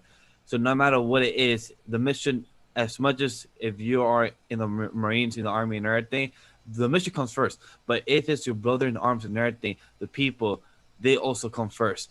And when Steve saw that he needed to save his friend Bucky from being brainwashed and everything, he did the best he could. And Steve got into Bucky, into the brainwashing and everything. Steve was drowning, Bucky saved him, and Bucky walked away. And that's why Steve hold on that mission with Sam, trying to find where Bucky is at and how can he get him back in everything. Like, this is such a beautiful storytelling of two comrades, of two friends with a beautiful chemistry and relationship, because a lot of these things don't exist in our lives because friends come and go, but to see it on screen like this is such a beautiful thing. Yeah. Sam, what were you Too gonna bad say? Bucky wasn't strong enough to be there in Endgame to help Cap. Oh dang. Like, I was gonna mention, All right, Buck. I was gonna mention like the list that Cap literally had in his whole entire notebook of all the stuff that he has to catch up. Oh yeah. In this world. Literally, the top is I Love Lucy, and then the whole WandaVision. Literally, it's like one of her favorite sitcom. I Love Lucy. Like, okay, makes sense. Moon landing, Beatles. I remember the Berlin Wall up and then down. Yeah. And literally everything. Star Wars, literally on that list. Next thing you know, Disney, Apple, Rocky 2. like literally, like it was like almost The Simpsons, like future portray kind of thing. I'm so glad that Sam gave that list some culture. Thank God. Man, the moon landing. Can you imagine just like waking up and realize, hey, we went to the moon, bro? See, the wild thing is that is the list that he gets. But prior to even seeing footage, I'm assuming, of the moon landing, he fights aliens in New York City. Right. So because this takes place after the Avengers. So right. I think by that point, it's like, well, I hope we would have gone to the moon, man. What the heck? Like, shit, like, we got aliens out here. You like, got Tony Stark flying around in a suit capable of destroying a small nation. So I think he would be like, "Oh, okay, maybe it's fine." Yeah, man. I mean, like, remember, he just established the food is much better. We boiled everything, dude. Literally, the man has Thai food in his list. It is not even the best Asian food. And one of my favorite things as well, as an awesome callback, is when Steve goes down without a parachute, and then Bucky in the show goes down with a parachute, and like this is such a beautiful friends right there, like such a beautiful type of super soldiers without parachute. They'd be like, fuck it, we good, we could just fall, no problem, just break the arm real quick and just get it back in, just lock it. All right, so let's switch gears, guys, to the film that I think is probably the most fun film in the MCU as a whole. Ray, I want to start with you. What are your thoughts on Guardians of the Galaxy? So Guardians of the Galaxy is the movie that shouldn't have worked, but it absolutely did work. Like it was like that movie. Let's think about it, bro. When you're in space, you have a talking raccoon, a talking ficus, and a talking ficus, a wannabe Hulk, and like Gamora. And it's like that movie should not have worked, but it was so well done. The chemistry was fantastic, and that's what made that movie. Let's be honest. The chemistry of that team is what makes that movie. The story, I could care less, but like just seeing them interact and how they get through all of this together is really what makes me love that movie. Like straight up. If you remove any of them from that team kind of falls apart. Straight up. And so like it's just I love that group, and I love Guardians of the Galaxy. It's a great, like you're right. It's very fun. Like it is so much fun. It's like it's the comic book fun that you sign up for when you start these movies. If you ask me, so highly recommended, and I really enjoy that movie because it is fun. It is a fun movie I can go sit and watch and laugh and have a good time. But it also has heart. Like it's not a dumb fun. You know what I'm saying? So it's good. Yeah, Roger.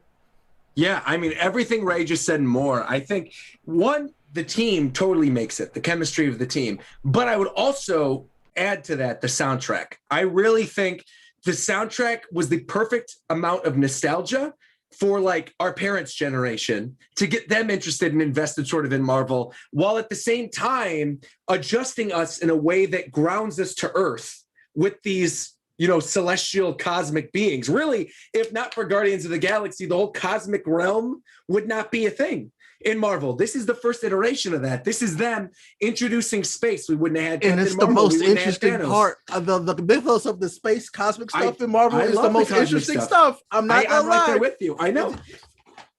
And I think, when they told me that Bradley Cooper was going to be the voice of Rocket Raccoon, I'm like, I think this is going to be a train wreck. And then somehow, some way, you watch this movie and you're like, oh no, actually he knocked it out of the park. This is awesome. And then you have Vin Diesel's Groot. Yeah, Vin Diesel's Groot as well. Yeah, I am Groot. The stuff with Groot, even towards the ending, like I still to this day, I swear I'm not even kidding. Anytime I get upset about something in a Discord call with any of my friends, I'll go, "But Groot, you'll die." To this day, anytime someone says something I disagree with, we talk about it on Japan Time. I literally just the other day we were talking about E3 predictions, and somebody was sort of like throwing out some really wild Nintendo E3 predictions, and I was like, "But Groot, you'll die." I don't know why that line sticks to me, but it's so good. It's the delivery of it. It's the drunken bar fight in Nowhere. There's just like the stuff with the Collector is funny. Howard the Duck being canonized with the whole it's just what a great film. Yeah. I feel like that's just James Gunn's being James Gunn, literally having his brother. For sure. Oh yeah, Vash. Me, I just never thought I'll be seeing Rocket Raccoon, the Collector, on the big screen. Like I read it in the comics, and I was like, "What the fuck is a raccoon, a tree, and a green blue girl?" I'm like, okay, cool. Like. I read this comic. I was interested. I was like, cool, in space and everything. And then when I heard it was announced, like, on the big screen, I'm like, all right, cool. And I fucking loved the film. I was like, I never heard of James Gunn. Never seen his other works when I first saw the film. Now, maybe I have seen his other works. I don't recall right now. So maybe James might give me a list later. So like, this is what you need to watch. So when I first saw the film, I was like, yo, I love this shit. I was like, damn, all right. This is amazing because I never expected what I saw on the big screen to actually be this good from James Gunn, but actually capture what the Guardian of the Galaxy from the comics into the big screen, but actually make it modern to actually have a grander audience to like it. Like my fiance, she's picky with comic book movies, but she had the hell fun of it. She was enjoying the whole jail scene. Like she laughed when Rocket asked, "I want that guy's leg," and then when she found out that he never really needed the leg, he's the one to laugh. I'm like, I just want to take the leg because I thought it'd be funny. My girl was laughing. She was having a great ass time. So like just to see her reaction on my third or fifth or eighth rewatch, but her first time, it was just enjoyable to see that when a film hits a comic book fan, but also a regular audience, that's when you know that you hit the mark, because that is your audience. You know you got us five on your seat, but the people you need to get is the people that don't know about these characters. That's the type of marketing you're doing, and you did an amazing job. So props to James Gunn and to the cast and to the whole movie because I had a great time to see again what they brought up, Donald Duck and everything like that, and the collector. Howard the Duck. Thank you. I was trying to feel like, damn, I just fucked that up. Howard the Duck and the collector. That's why, like, and we're gonna see more of the Eternals and the other type of gods, like the actual high species of the world, the MCU of 616. That's freaking insane. So I can't wait to see what's more about that because people did not know that when people first saw it, that's just a weird type of, you know, character looking guy. I'm like, no, that's technically a god in a way. It's just people don't realize that. So to actually see this type of characters and what Roger brought up, the music was so nostalgic and I love it. Like I played the vinyl back when I was at my friend's house because it's amazing. It's beautiful.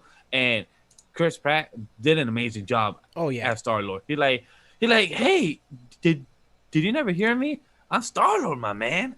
Star-Lord. They're like, who are you?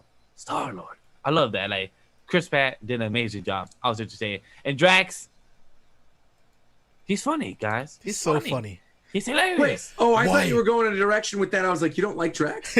Why would I put my finger to his throat?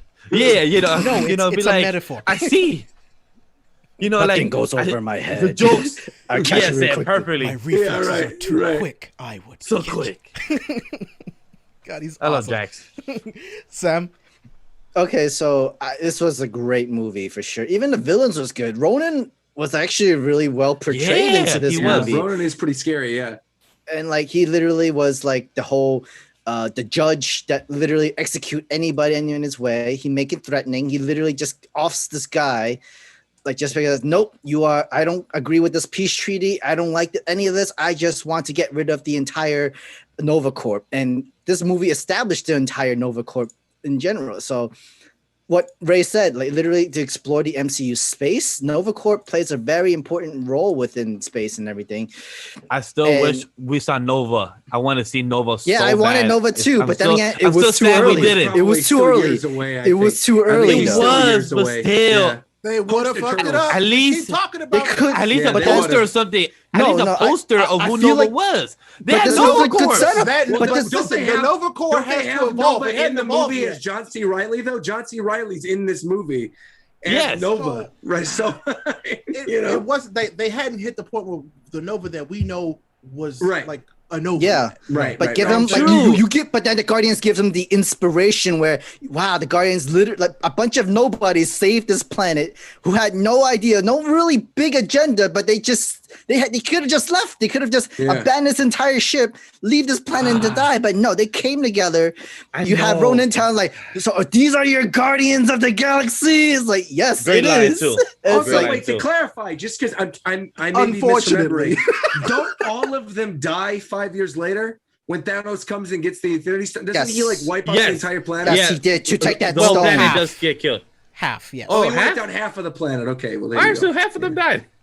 But like, But they're That's like his- that's perfectly his died. He didn't thing, bro. snap them. Yeah. That wasn't I a get snap it. situation. That was like what he did to I get it. Gamora's planet, where he killed yeah. them. Yeah, when he went to get the I power get- stone. Holy mackerel, yeah.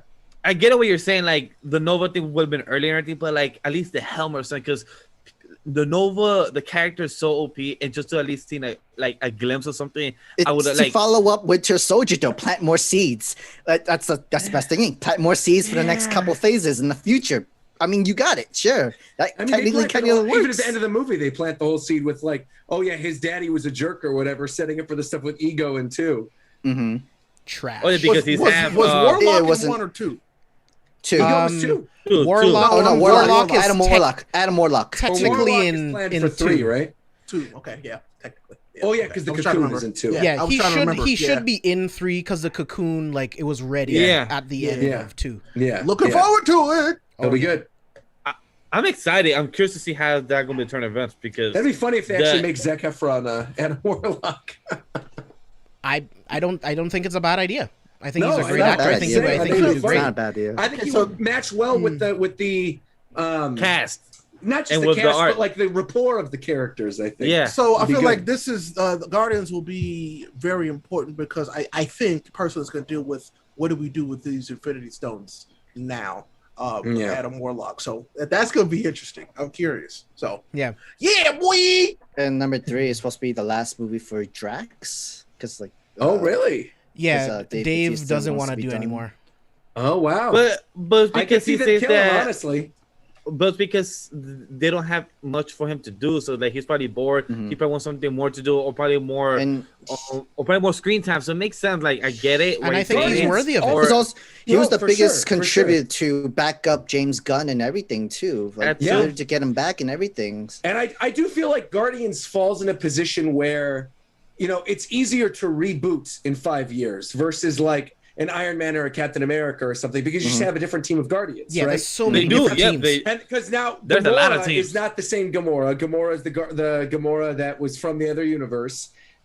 People don't seem to like Chris Pratt nowadays, so I don't know how much longer he's gonna last. You've got the stuff with Drax For a reason. But my point is that I don't see him lasting much longer. Then you've got the stuff with Drax. And him saying he doesn't want to do it anymore. I could easily see them setting up stuff to have sort of a new team of Guardians. I think Rocket and Groot are probably always going to stay. Raccoon, they have had that. Groot and Rocket are probably going to stay because they sell toys. Yeah, you have to keep the. Oh, Yeah. exactly. So it doesn't matter. You have Also, to. like literally. So I mean, yeah, Bradley what you just Cooper said. could do voices for whatever. how Nova long could you want. absolutely come in and be a part of this team. 100% easy. Absolutely. They could. I mean, if they won't. But like, wasn't Venom part of Guardians of the Galaxy? Yes, Venom. Yes. Most recent, like Literally. I'd be recently. hyped if you type Venom in there. In the recent That 8 would years, that would be cool as hell. I'm not gonna lie. Specifically, Yeah. specifically Agent Venom. If I'm not yes, mistaken, Agent right? Venom, Venom. correct. Flash Thompson, Agent Venom. yes.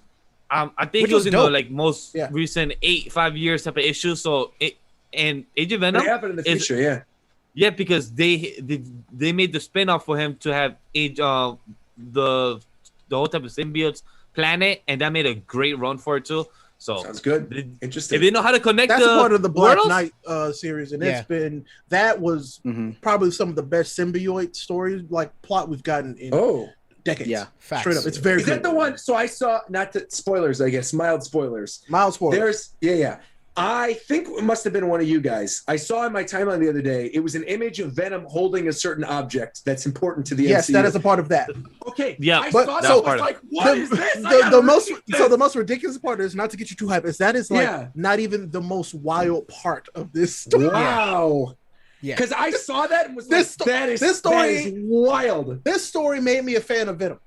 That's all Wow. I'm saying. really, Yes. really, Ray? Wow. Wow. I gotta check that out. Yeah, you really should. Sam, did you wanna mention something? It's also the Guardians of the Galaxy also established Josh Brolin as Thanos, even like the small parts. That they It's like- did. It's Yeah, they did. literally giving those hints and everything like that. Even though you don't fully see Josh Brolin's face within the Thanos Yeah, universe full and stuff CGI. like that, but like his role, his speech, and his God, script, that speech was perfect. amazing. The Perfect. only matter I do not take seriously, boy, is you. You have the demeanor of that of a pouty child. I was like, oh my Wow. God. You really like know the line. That's amazing. Oh yeah. I've seen Guardians a billion times. like the whole entire script, perfect. Now you have a whole entire villain waiting for us. It's literally with Infinity Stone. You literally give us a hint, and then literally until Ultron, we literally like, I do this myself with the gauntlet and everything. Yes, Bro, everything oh my is God. I all also within think plans. Another good thing about the Guardians is they have one of the first established musical motifs. Basically, I'm a sucker for a good motif. It's why I Same. like Yeah, I Attack know on you Titan are. so Yep. much. Same Attack here. on Titan, like when you're in those moments and you have the different character motifs come in during the fights, and I mean the music swells. It's fully orchestrated. I love it, Yes. and Yeah. that is how I felt with Guardians the first time I saw it in theaters, when they have the whole dance off thing and he's like, we're the Guardians of the Galaxy, bitch. And then you hear Yeah. bum, bum, Bum, bum, bum, bum, bum, bum. bum, bum, bum. It's amazing. And it's so good because obviously they implement the Avengers theme in the Avengers movies, but still Guardians are still kind of standalone, right? They're introduced as new characters who will eventually be part of the Avengers. Right. So, with Iron Man, I guess there is the theme to Iron Man, or the I Am Iron Man, the song from the first Yeah. one, but it's not really like a motif. Right. Captain America has one, but it's not like instantly recognizable by as many people. Thor, I think, as well. Thor has it's not as recognizable, I think, in the older films as in the newer films. For sure. Where they set it up like with Civil War and things like that. And so, the Yeah. Guardians having a clear, concise theme was another thing that sold me on them very early on. Yeah, I love Guardians of the Galaxy. I think this is one of the most important films in the MCU. Oh, for sure. Like Ray already alluded to, like this introduced a talking raccoon and a talking ficus, right? Like there's so many reasons why this movie wouldn't have worked, and if it wasn't under the guidance of Kevin Feige and being directed and written by James Gunn, I don't think it would have worked, right? No. This film has to do so much. It introduces the Power Stone. You have the scene with the Collector telling you everything else about the other Infinity Stones. This is the first like physical look that we've seen at Celestials. There's so many things like Sam already alluded to. This is the first time that we see Thanos in like full armor. He's talking. We're getting a sense of the type of character that he is. Nebula, I think Karen Gillan does an amazing job as Nebula. Yes. All of the Guardians do an amazing job. Chris Pratt is so charismatic. I'm a huge Parks and Rec fan, and when I heard that he was going to be Star-Lord, I'm like, this is great. This fits perfectly into the MCU. I feel like his comedic timing is always on point. And one of my favorite moments in the MCU, like Roger brought up, is right at the very end, the dance off to save the universe, and they're holding the stones, and we get that epic score that comes in. He's like, "You said it yourself, It's the way they bitch." grab each other, right? Yes. Where he stands there, and it's like with the music, bum, ba ba ba bum, ba da da da da da da da da. You know, It's and then you finally amazing. get that spiral shot of all of them together. And then finally shooting the thing over a road. Oh man, I'm getting goosebumps, bro. It's so good. So good. Jinx. Yeah, and I also think that Guardians has like, I mean, yes, there's not that many to compare it to, but the space scenes are gorgeous. Oh yeah, for sure. They look so good, right? Like I want to know the cameras they use to shoot a lot of this stuff because it looks absolutely amazing. But yeah, man, Guardians to me is literally the most pure fun MCU movie, and it's a movie I can put on at any point. It's another movie that I think it's absolutely perfect, and I would love to see like some sort of backstory that tells the tale of like Beta Ray Bill, because I am one of those people that believe that Beta Ray Bill was in the Collector's Collection. We saw him multiple times in Guardians of the Galaxy. And then when his assistant grabs the Power Stone and blows everything up, that's how he escapes. And then he ends up on the War Planet. And that's how he ends up becoming one of the champions. So I would love to see like a backstory of Beta Ray Bill. Disney how Plus. how Disney he got Plus. captured, how he escaped, and how he ended up on the War World. I would What love. is this? I just looked. I pulled it up right now. Yeah, Look Beta at Ray this. Bill, bro. Yeah, he was there. Yeah. Ray Bill. Yeah, bro. That's him. And if it's not Beta Ray Bill, it's one of the people who Beta Ray Bill is looking there he for is right because he's there. trying to I mean, Beta Ray that's Bill. not the case, though. I mean, it's him. Yeah. That's him. Yeah. So like it's definitely Beta Ray Bill, and we deserve some Beta Ray Bill love. Like straight. Wow, up. my mind is blown. Yeah, man. I Like, just, Well, I Thor guess is it's interesting how they Thor is build with him the into Guardians this of the now. Galaxy. So maybe Guardians of the Galaxy 3 they introduce him. Maybe they do actually. That would Yeah. be sick. It should. yeah, why not? They that would we be need amazing. to.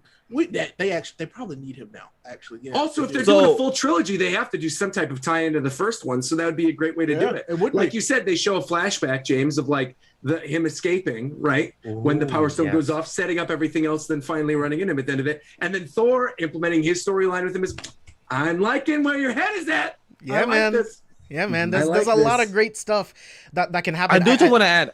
Yeah, go ahead.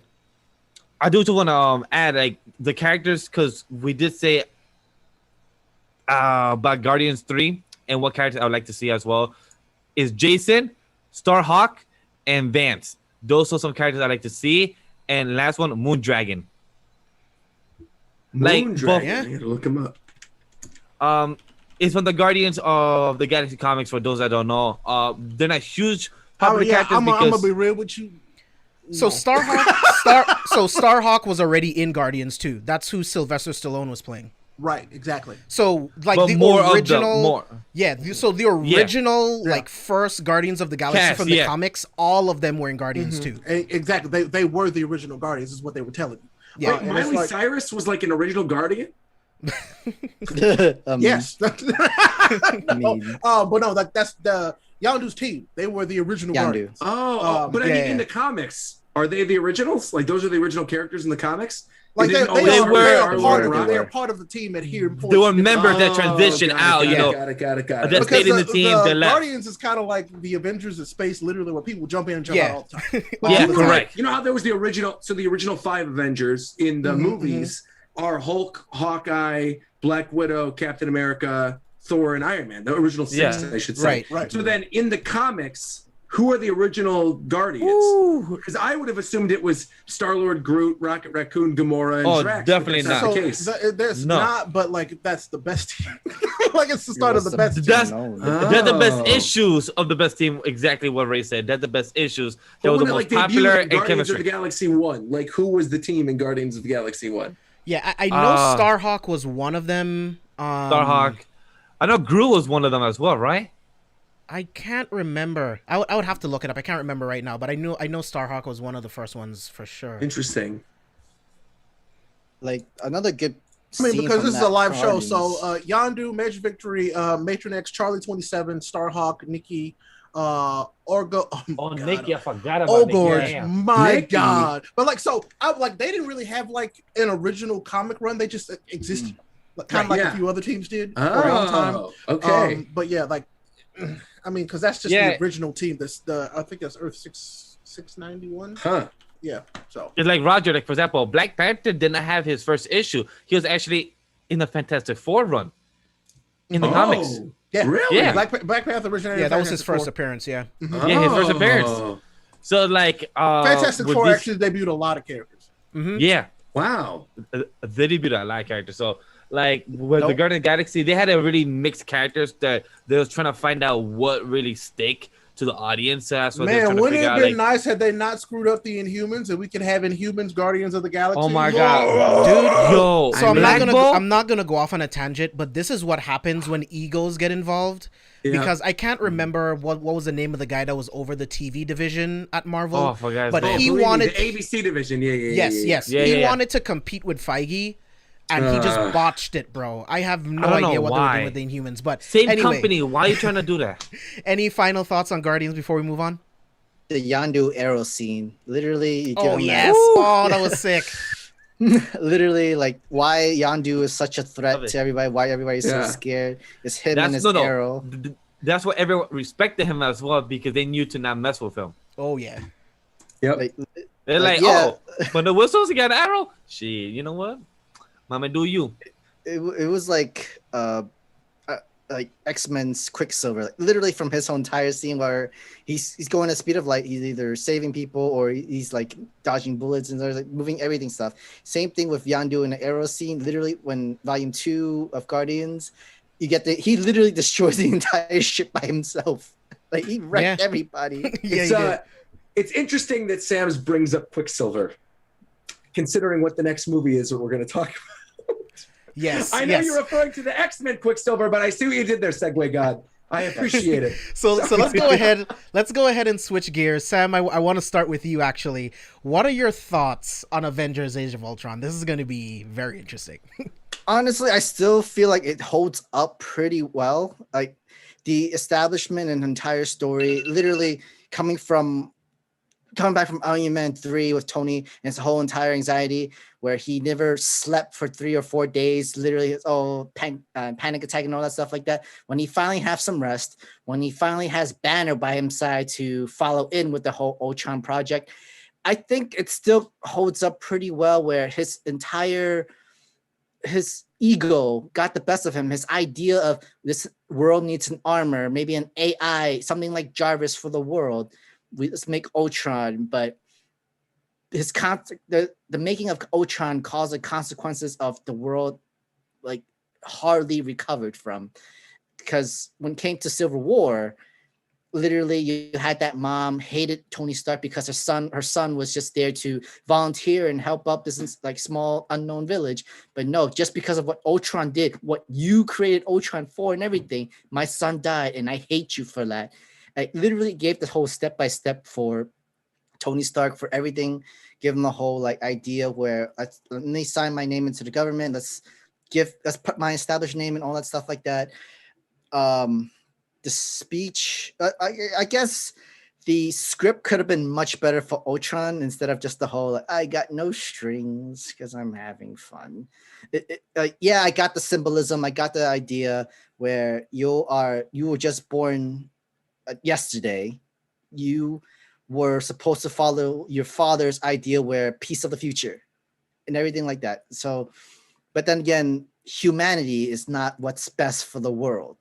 It's because of the Avengers, this world is in this establishment, and I have to get rid of the Avengers. Premise is actually not bad. He's not totally wrong. I don't think Ultron was wrong in that fact, in that kind of matter.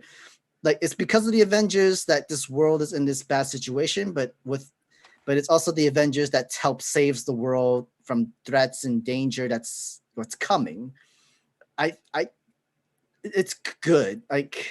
It's very controversial where some people might not like it and dislikes this is the worst Avengers movie, but at the same time, it has a really good premise. It actually brought up a lot of steps and opened up a lot of things, gave up the new idea of what the next Avenger movie was for Infinity Wars for. It also opened up Vision. It also gave up Wanda. It also gave Quicksilver for just that one entire movie, which I felt like they could have just let him live. They could have just left him live throughout the entire stuff, but unfortunately, no. Hawkeye was actually really interesting in Age of Ultron establishment because we knew nothing about this guy. We only see him from the first. He had a Avengers. family. He had a family. Literally, his only establishment was the last time that character was interesting. Was in this movie. I mean, yeah, you're not wrong. Ronan was kind of mid.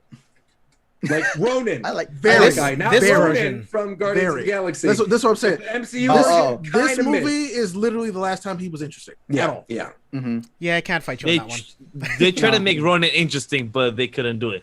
This Hawkeye series, I'm excited for because I hope we see the actual character of Hawkeye and maybe the actual character of Ronan from the comics. So I'm excited for that. I want him to be dealing with the implications of all of the people that he murdered in his family's name. Sure. I really Absolutely. hope that's a theme.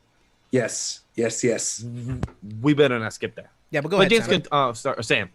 Yeah, there was some stuff like I wasn't like too sure, like where Banner really was more too scared of the Hulk and everything. This entire movie literally is just to, all right, as long as I have an anchor like Black Widow to help keep me calm and turn me back, I'm okay.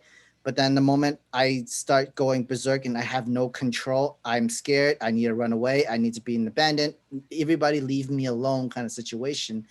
I mean, I get where like Bruce Banner's entire story is coming from, where he can't have the Hulk in the civilization, but at the same time, he never counted on his friends. He didn't trust onto them to at least keep him calm. Because literally, he thought Tony's last resort to bring out the Iron Buster was his like only way, like in case I can't get control, and in case Black Widow cannot wake me up from Wanda's brain control or anything like that, use him to take me down. And it barely took him down. It like Bruce literally like regained consciousness after seeing the fear of people. What he worst fears came to life, and then boom, the last knockout from him. I was like, oh man, come on, really?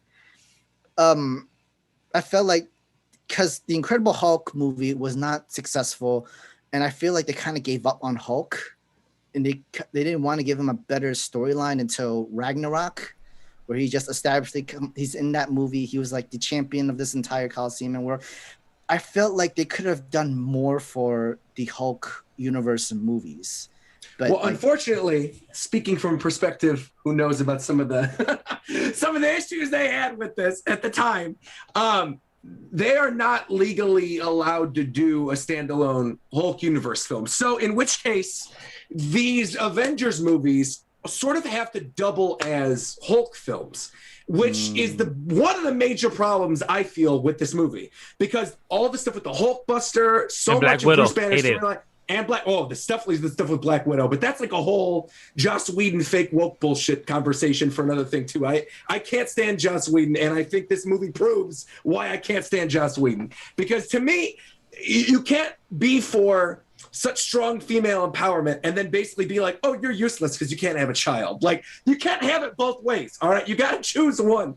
And I think that stood out to me, especially because of sort of what was going on, like you mentioned, with the TV division as well, having to figure out what was going on with some of these the characters, tied in with the fact that the opening of this movie, I feel, is actually pretty strong.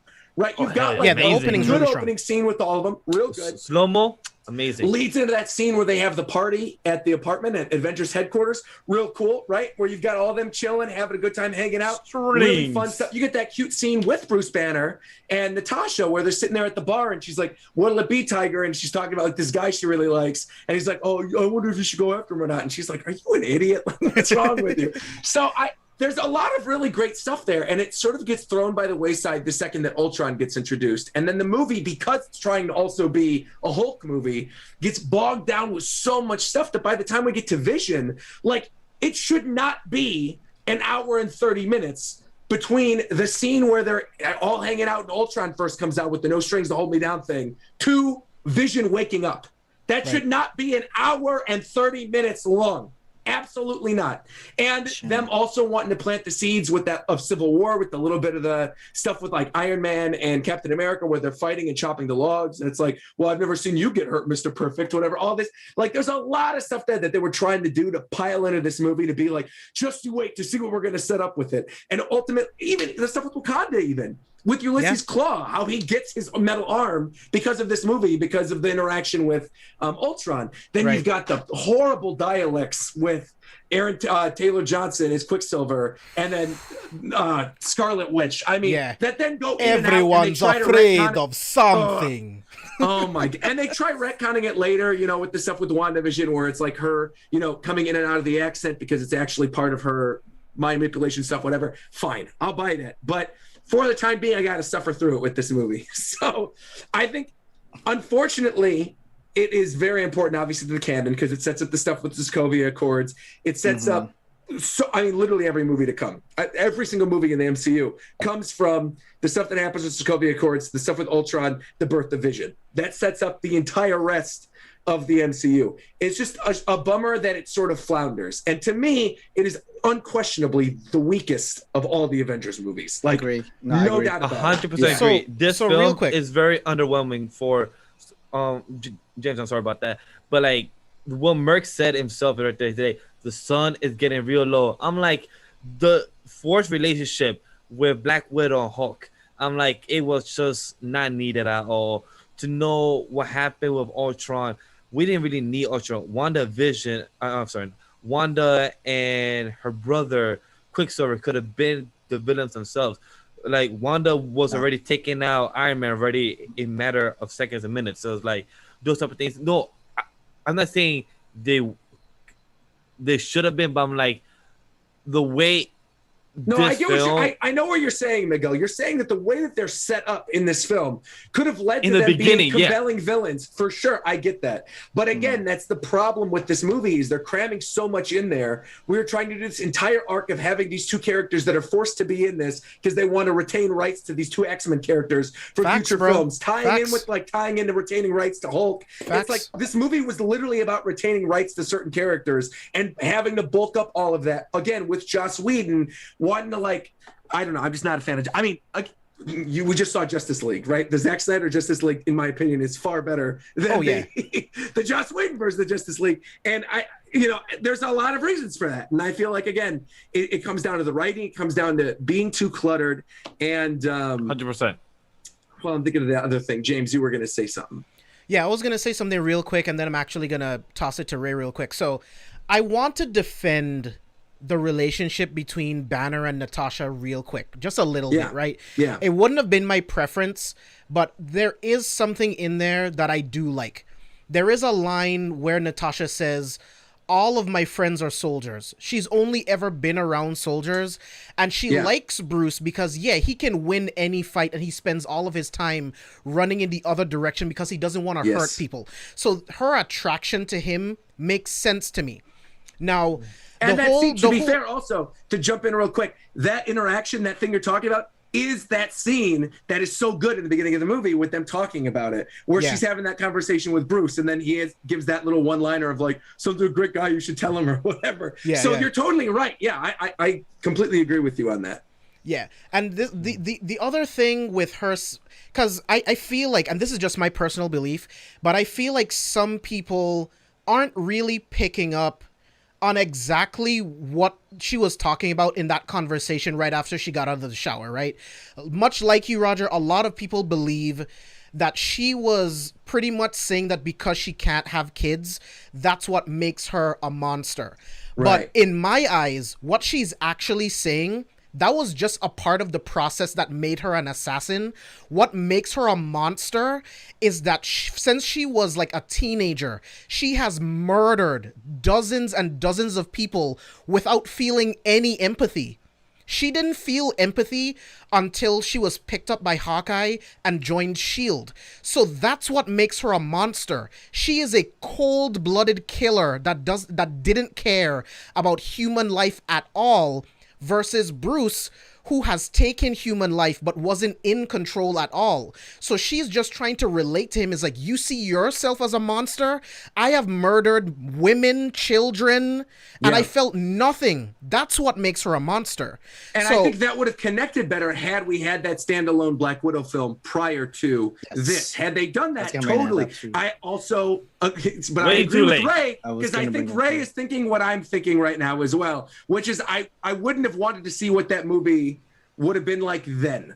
I think now it's going to be pretty good based on the the trailers, everything we've seen of it. Right. But I also agree that I don't think it would have been handled in the right way had it been done then. But an ideal world would have been that we had that movie as quality as it looks like it's going to be today, back then prior to even getting this Ultron film in the first place. Because then we have that connection with Natasha. So you're not questioning it. You're not going, does she really feel like she's a monster because she can't have kids? Is this really the right message you want to send?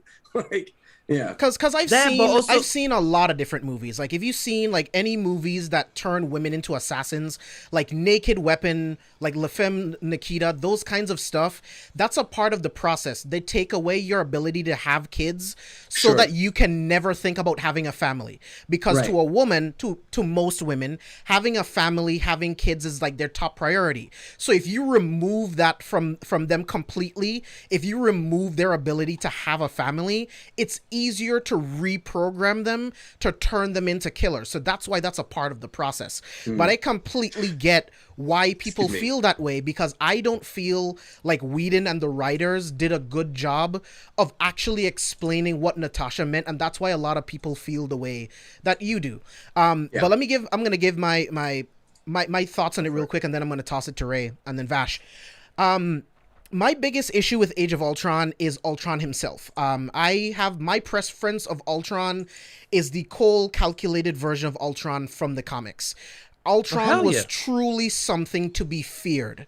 Unlike in the MCU, where he's just a Tony Stark petulant child, which does not work for me at all. There's some things that I don't blame Joss Whedon for, because Kevin Feige wanted him to do a lot of things that Whedon didn't want to do. Whedon wanted to introduce Grey Hulk. He couldn't do it. Whedon didn't want to have that sequence with Thor going to see Solvig in like the bath, but he was forced about that. Yeah, so he was forced to do it. And like you said, Roger, this film is just so bogged down with setting up a bunch of other shit. It's like Raimi's Spider-Man 3. The reason why that movie's shit is because the studio wanted Raimi to do a bunch of things that he never wanted to do. And as a creator, I know I would not be able to create a movie that I'm not passionate about. So I get why it came out that way. Another issue that I have with Age of Ultron, there's way too many quips, right? Even Captain America, there's people falling to their deaths. There's buildings falling on top of people and they're dying. And Captain America is making fucking quips, bro. He's like, what was that? You didn't finish! He's making quips on all of these Ultron bots. He's making quips with Thor. I'm like, people are dying, Cap. What the fuck? Yep. So I have a lot of issues with this film. There's a lot of reasons why it doesn't work. And like you, Roger, I think it's by far the worst Avengers movie. By far. But Ray, I'm going to toss it to you. So, I mean, y'all hit the one part that was most important for me earlier, what Roger said. The best part of this movie is the beginning. After the beginning of this movie, it completely loses track of what it is. because they try to branch off into so many different directions. It's like I'm like, no, this movie started out so good, like legitimately, like what happens with Tony and like, you know, and what he's like, what they're working on, like what he's trying to achieve is, you know, after the stuff with Wanda, because she plays it to their, like the big thing that I pull from this that I like is that Wanda plays to all their fears, showing that all your heroes are scared of something.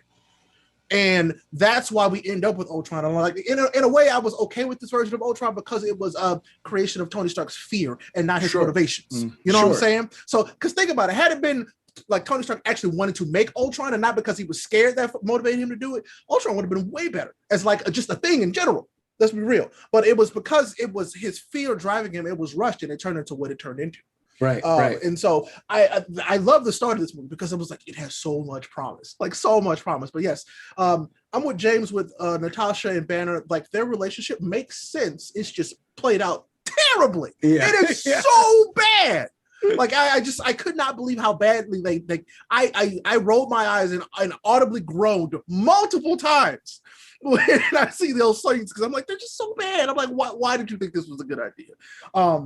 And then like, so the stuff with like Tony, like in general, I was like, for the most part, it made sense because it's like, oh, well, we're going to we're going to bring back Tony from Iron Man 3 a little bit. And I'm like, no, you should have left that alone. You literally should have left that alone. Yes, his worst fear is seeing his friends die. His worst fear is not being able to protect the people he cares about, which they never went into. And that made me mad. He cares about all of them so much. Can I also put a little bit into it because it's also within Winter Soldier context. Because technically, Cap knew about like the Winter Soldier killing Tony's parents as well as that's established, and like I can't add more fuel into the fire, so I'm keeping this secret within which me. Also, that to me, which goes into Civil War, right? Not to cut you off, Ray, but that is also the other thing too. Going back and looking at this movie, and then knowing that he knew that. Like knowing that he knew that Winter Soldier killed his parents, that to me instantly made me Team Iron Man. Like no matter what, like I might like the Captain America movies more, but to me, there's like no doubt about it in my mind. Cap was in the wrong.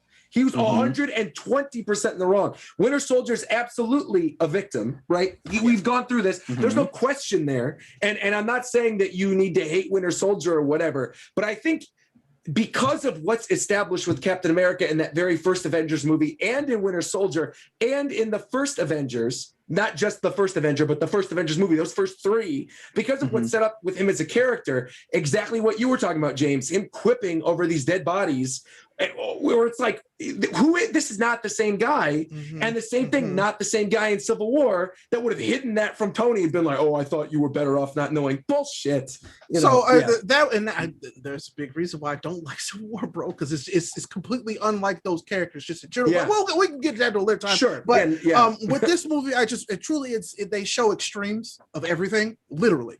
And so it's like Tony's extreme is like literally controlling everything with his Iron Legion. That is his extreme. That's how he protects the people that he cares about because he's afraid of losing them. But it gets Ultron in a sense is great and also really bad because Ultron's motives are really simple if you think about it. It's like I'm just gonna kill everything. That'll fix stuff. And I'm like, bro, that's whack. You're like the most advanced AI in existence, and that's your solution. And you want to go back to the extinct age, to like the dinosaurs? Exactly. He's forcing evolution. Much like the extinction of the dinosaurs, we were created, which was the next level. So he thinks by creating another extinction level event. But whatever. I'm like, again, it's not a computer like a PC. You restart, reboot. And that's what you think. However, okay, whatever, bro. But still. Like evolve, not restart and reboot. No, there were so many other like with everything in that universe in the MCU. That's how he thought he could force. I digress. It's just that movie has a lot of potential to be very good if it's literally just them versus Ultron versus potentially Vision for a bit. And then, it flips to Vision figuring out, oh, actually, these people are worth protecting because that's the beauty in humans. They're flawed. They're imperfect. Blah, blah, blah. They could have done stuff like that, and it would have been fantastic. One of the best lines in the movie. Still, I will say this is a really well-written line and does, I think, sum up the Vision character arc in the film is the very ending, the stuff with Ultron, and he goes, "Well, I was born yesterday." Literally, that line is really, really, really, really good. But I would argue that beyond that line, Vision is not even fun in the whole rest of this movie. It's just like a boring, standard, generic. I mean, he's there Superman to be who there. Picks up, he's literally there to be there. Like he's there to be there, right? Exactly. Because think about it, like Vision truly is one of the most powerful creations on Earth at that time, and he's just there. Yeah. So I don't know. This movie it doesn't do like I said. It starts out really good. I think it starts out like there's the chemistry between all of them. The quips in the beginning, I think, are flawless. To be completely honest, in the beginning, in the beginning, it fits. Like so the beginning of this this totally movie, fine. The beginning of this movie is like I love it actually. Like it's so good, but then the movie completely falls apart. And it has the Spider-Man 3 syndrome straight up. Yeah. So Yeah, it's absolutely ridiculous. What is the point of being a speedster if you can't dodge bullets? Oh, by the way, he's the worst part. BS too. He is the worst part of the entire movie. I bar none. Every time he's on screen, I'm annoyed. He's the worst part. How is it that you catch? How is it that you catch the arrows when Hawkeye sends you, but you cannot catch the bullets and everything like that? Like how you fast if you can't catch bullets? Hey, makes no fucking sense. Faster than the arrows, but whatever, bro. It's fine. Yeah, I know, but you get what I mean. Like, so there's a scene at the shipping yard where someone shoots a bullet and Quicksilver sees it in super slow-mo. I don't care if it's a Quinjet. Yes, those bullets are moving technically faster, but they should still be but they should still be in slow-mo to a speedster. So he should have been able to grab the kid, grab Hawkeye, get out of the way. That is that they literally were just figuring out their powers, like literally. And so it's like I get it. He didn't really understand what he could do, so he was limited in that regard. Like, but they also needed to kill him because he sucked. So, for what we find in WandaVision, they've been like this for a good year or two. There was the option for the future of the MCU for Ralph Boner to be actually something interesting and cool, also, let's be not real. Be a stupid ass quip at the end of one. That made me mad. I laughed really hard. I laughed so hard at that. Yo, me and James reviewing that week to week is like, it's Mephisto. Wait, is it Mephisto? Because I didn't mean any Mephisto stuff, whatever. But I think the fact that if you watch on Disney Plus and you put on the English closed captions where it's a descriptive audio, it literally says in the descriptive audio of the episode to this day where he shows up, the X-Men version of Quicksilver shows up on screen to answer the door with Wanda. They straight up say that in there. So that is some effing bullshit. I'll tell you. Listen, I think that was different if they did straight up say that. Like I think they had to not take away from Wanda. I think they literally had to not take away from Wanda. Right.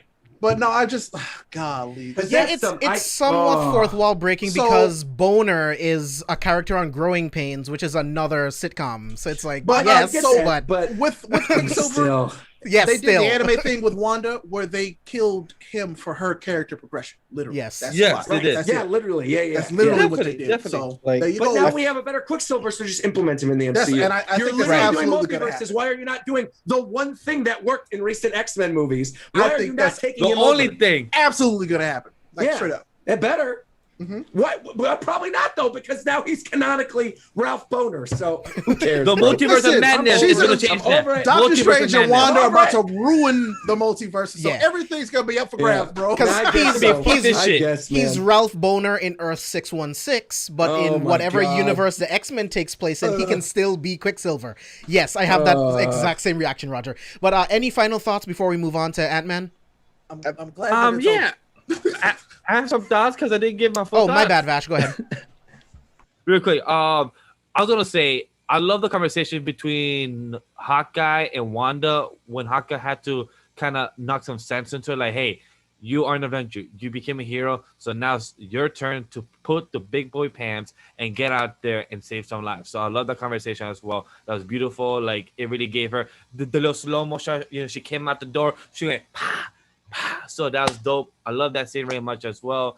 James brought up. I hated the Quicksilver scene. Like, how did this dude die by like 6-8 bullets? Like, okay, cool. You get shot by the leg or the arm, cool. But 6-8 bullets is like, come on, my guy. Like, you're like the fastest guy in the MCU right now, and you die like this. Like makes no makes no logical sense. I mean, it would make sense if you didn't see it, but like, because I remember there was like one scene where this guy just shoots out of nowhere, and it did hit Petra for like, yo, bro, really, seriously? Okay, that makes sense because you didn't literally see where it was coming that makes from. sense. Yeah. That hit. But then you saw where Ultron was shooting you with that stuff. How could you have not? Like, you could have saved everybody, including yourself. Yeah, he could have. But like we said, this was for Wanda growth and her development and everything. And I agree with what Ray said earlier, that the first quarter of the film, the whole tone changed. And what we all agree on, the clearness showed is very obvious. The whole Hulk stuff, the whole X-Men stuff, the whole property, they're trying to keep the lights in it shows very obvious. But if we kept the first tone of how the first act of the film started, it would have been a total different film and much more entertaining, and it could have been definitely more underwhelming film than what could have been. I love the scenes as in the beginning of the party when our boy Tony, Rhodey, and Steve tried to grab our boy Moiner, and the only one that budget was Steve, and our boy was like, bitch, you better. What I felt from after Ultron was that they try to salvage. We were like what I felt from Ultron was like everybody was just all the other movies or shows afterwards. They're trying to salvage what they could from Ultron. All right, what's a story that we should to build for Wanda? Okay, let's bring back the whole. Yeah, me and my brother were under the bed watching the missile. The Stark missile for over 2 days. We were just in fear of exploding. All right, you bring that back to help WandaVision. All right, the whole pickup of Mjolnir. Okay, we're gonna have that onto Infinity Wars. Literally in the aspect, they literally just try to salvage what they could from Ultron to try to make the other shows much better in a sort of way in the future, which is good. That is absolutely fine because that was like you trying to make garbage into gold. That's what everybody wants to try to do. Sure. Hey. One's man's garbage is another man's treasure. So that is the saying, and it's true. And look what happens. But what was I gonna say? I saw the chat, and guys, for those that did not like Ultron, like some of us, like James said and everything, go read Ultron in the comics. He's a superior character in the comics, and is originated by Hank Pym, is the one that originally made Ultron in the comics. And I highly suggest it for anybody that's interested to read. Go find some Ultron comics.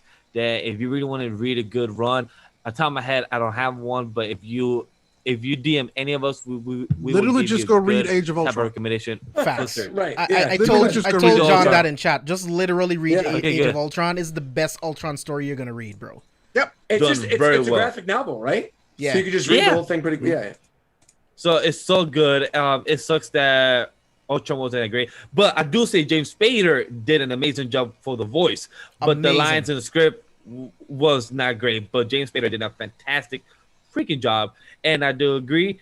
Vision was worthy to carry Mjolnir. I don't care what Tony and Thor and Steve did not agree at the end of the film. They say, "Oh, he didn't count because even though if you put it on top of the elevator, he's not really people. He's AI. Is the elevator worthy? Are we really gonna go there, bro? They established that the stones have consciousness in the beginning of the fucking movie, bro. Yes. Yeah, they did. I know. Let's not go there. It was just comedy for it. I had a great time for those scenes. What Ray mentioned earlier, Age of Ultron had great scenes. Overall film was very underwhelming. Could have been a lot better for what it was and for what we saw. And I wish it could have been a lot better because they had the potential to be such a great film because you're Ultron, one of the best villains for the Avengers. Fuck yeah. But sadly, it wasn't because they made vibranium out of a shield. Just like Ultron said. Yeah. All right. So let's switch gears to the final film of the MCU Phase 2. Roger, I know you're excited. So if you don't mind starting, let's talk about Peyton Reed's Ant-Man. Let's go. I'm glad you mentioned Peyton Reed's Ant-Man. You clarified not the Edgar Wright version. So here's the thing.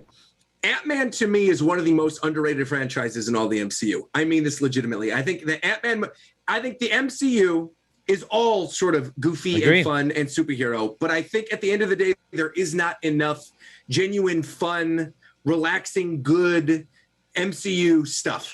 I think Guardians of the Galaxy 2, this is a different discussion, tried to be more of that and failed, in my opinion. I can't go back and watch Guardians of the Galaxy 2. It's not fun for me. But Ant-Man, I have rewatched, I think, more than probably the top quarter of MCU films, I would say. I've rewatched Ant-Man many times. And another big thing, which I brought up earlier, motifs. I love when you give a character a theme. And from the instant you meet him, bum bum ba-dum bum bum ba-dum dun dun dun dun dun dun. You understand what it is. It's a heist movie. It's different than some of the other like Ant-Man.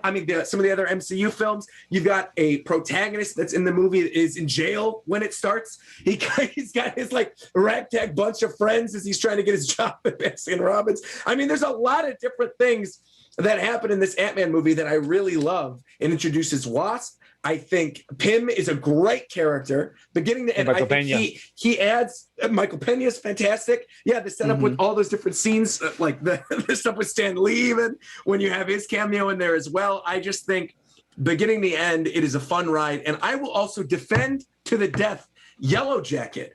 People are always making fun of Yellow Jacket, and admittedly, he is a generic villain. He's not, he's like semi-forgettable among the Marvel villains. However, even though there have been a lot of strong Marvel villains recently, like Killmonger and Thanos, you got to remember that original Phase 1 and Phase 2 had some absolute dog shit villains. And so Yellow Jacket, at least being decent, was a huge step up. And the fact that you get that fight sequence in the kid's bedroom with Thomas the Tank Engine, with all these toys getting thrown around, with them getting thrown in the bug zappers, them in the briefcase that's playing the music, it's tumbling around in the air. All the little shrinking stuff with Yellow Jacket and Ant-Man, I think, is fantastic. And at the end of the day, Darren Cross, I still thought did a pretty good job with Yellow Jacket, you know, compared to a lot of the other villains that were in the MCU up to that point. So the only thing I would say feels somewhat forced in the movie, but even then, looking back at it, I still kind of like it, is the stuff with Falcon. Them wanting to make sure that it's part of the greater MCU. So he goes to Avengers at headquarters and has the fight with Falcon. And looking back on it now, because of how important Falcon is to the story and how much like they've really built up the relationship between those characters, especially in Civil War, it makes me really appreciate that scene. And it really is a great fight sequence with him jumping inside of the wings and messing this up. Falcon thing at the ending, like, do not tell Cap about this. I see you. It's great. Yeah. So I love Ant-Man. And I think I'll defend it to the death. Yeah. Sweet. Sam? Straight up, bro. So I would help Roger to defend Ant-Man because it's actually really underrated. It's actually a really great film because nobody had any expectation when it came to Ant-Man. And that's fine. The budget was a little bit lower, and they had a lot of sponsors, if I remember correctly, for Ant-Man. They were sponsoring with Soju. They also had a sponsor with the other. They even had Siri, like, I'm gonna disintegrate you, and then literally to establish the new Siri from Apple, it was like playing Disintegration by The Cure. Like literally, there was so much like sponsors for this movie, but that's what makes it so fun. Like it worked all together. Like even though like most of these shots could literally be from a small camera to literally like, all right, let's see it's because it's Ant-Man. You're literally seeing from a perspective of a literally short man, literally from this perspective. Literally this entire movie it's literally going from moving side to side or moving the pyramids, literally for a small camera. It works. Like it works really well. The reality of, I went to prison, and because of that, literally, even though I have a master's in electrical engineering, I thought I'm gonna have a whole career. I'm pretty gonna be hired. Next thing you know, I come to Baskin Robbins. Would you like this? Try this mango flavor? It's like explosion. I was like, oh, dude. And then he mango finds fruit his blast. backstory and still gets fired. And like, Robbins, I always don't find know. out. I don't know how real this is. Like Baskin Robbins was one of the sponsors for this show too, but it works. Definitely. All of it was so fun. Like it worked out really well. It's so real. Michael Pena's entire establishing story. He said yes, just like we know he's gonna be in this whole entire. He's gonna be in the Avengers movie, but literally it's like, so it was the reason why, like, because you know me and I know you, and it's like, and then literally it's like, yes, the reason why he's talking to me is because I know you personally, but really it's just so, yes, Ant-Man is going to be in Avengers, and of course in the ending, Ant-Man will return in the MCU. Like, it works really well. The relationship also came together. super funny to think about how the van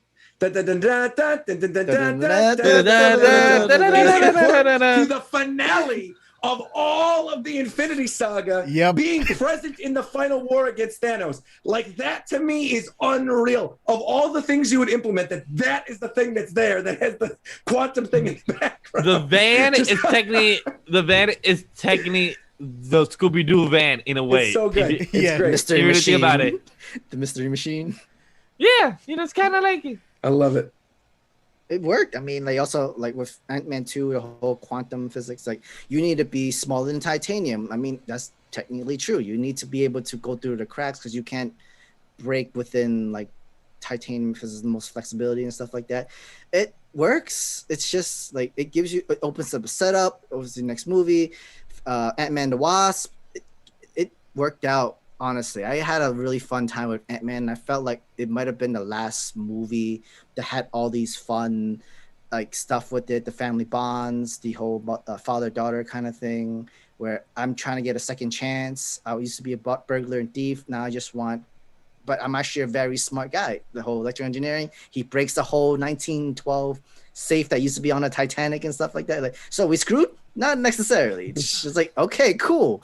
This is like really good character to have for the future, to have for not just for heists, but the establishment for future on, and to like, hey, look, I did this part and like quantum stuff. Let's make a time machine. Yeah, you didn't really make it really well in the scripts, but I guess it's something. It's better established than the whole Bruce Banner and Black Widow relationship kind of thing. So I'll give you that. I'll give you that. So yeah, that's me. Ray. So I'm gonna be honest, and this, I can't really truly say that's a good faith because the third movie's not out yet. But without Winter Soldier, Ant-Man is the best trilogy in the MCU. It's gonna be straight up. Like I love these movies. Paul Rudd nails this role. Nails it. He did an amazing job. Paul Rudd makes this movie so much fun. But then not only that, they built a cast around him that is just as good most of the time. Yes. Michael Douglas Who is thought? amazing. Michael Pena. They are so Michael good. Douglas and Michael Pena in particular, I feel like are the perfect dichotomy to match up with this character. Literally, so good. And so They did a great duo for them. And you think about this. They had a really difficult job of making Ant-Man interesting and good, and they nailed it. I think because Ant-Man in the comics is a mad, son of a bitch. Scientist. he's an ass in the comics. He's not a nice dude who beats his wife. I mean, yes, Wait, and that's what? why Hank Pym is a terrible Hank Pym in the person. comics is a wife beater. Hank Pym is a terrible dude. He's an asshole. Yes. Really? And that's why Ultron. And that's why Ultron in the comics is his fault because he's an egomaniac and an asshole. Yep. Straight up. Yeah, Roger, but I'll check it like, damn, I did not know bro, this. Hank Pym is all bad. Yeah. But they redeemed Pym is him. canceled, bro. I don't want to say they redeemed him, but like they They him more improved interesting. slightly. I mean, because Scott Lang is a way better Ant-Man, and always has. Oh been. yeah, Scott Lang's way better. Scott Lang way better. I love this movie first of all because not only is it's hilarious, it's wholesome at the same time. I love how wholesome they're able to keep this movie. But like because there's two fathers trying to get back their daughters, and I love that. It's very family centric. I love and it's this beautiful. I hate bugs. There's not much I don't like about Ant-Man. I'll be very honest. I like this movie a lot just because of it is what it is. It doesn't try to be more than that. Straight up. That's it. And it does so much to set up, I feel like, the rest of the MCU from here. Like it was a weird way to end that phase, but it really worked. Like I was so surprised at how well it fit in. And I mean, I can always watch this movie. It's up there. Like I've watched that. I won't say as many times as Black Panther, but probably about as many times as Iron Man 1, straight up, because it's that good. Oh yeah. I love this movie. It's just a good time. You know what I'm Do saying? they? I don't remember. Do they reference? Because this is one I didn't rewatch because I've seen it so many times.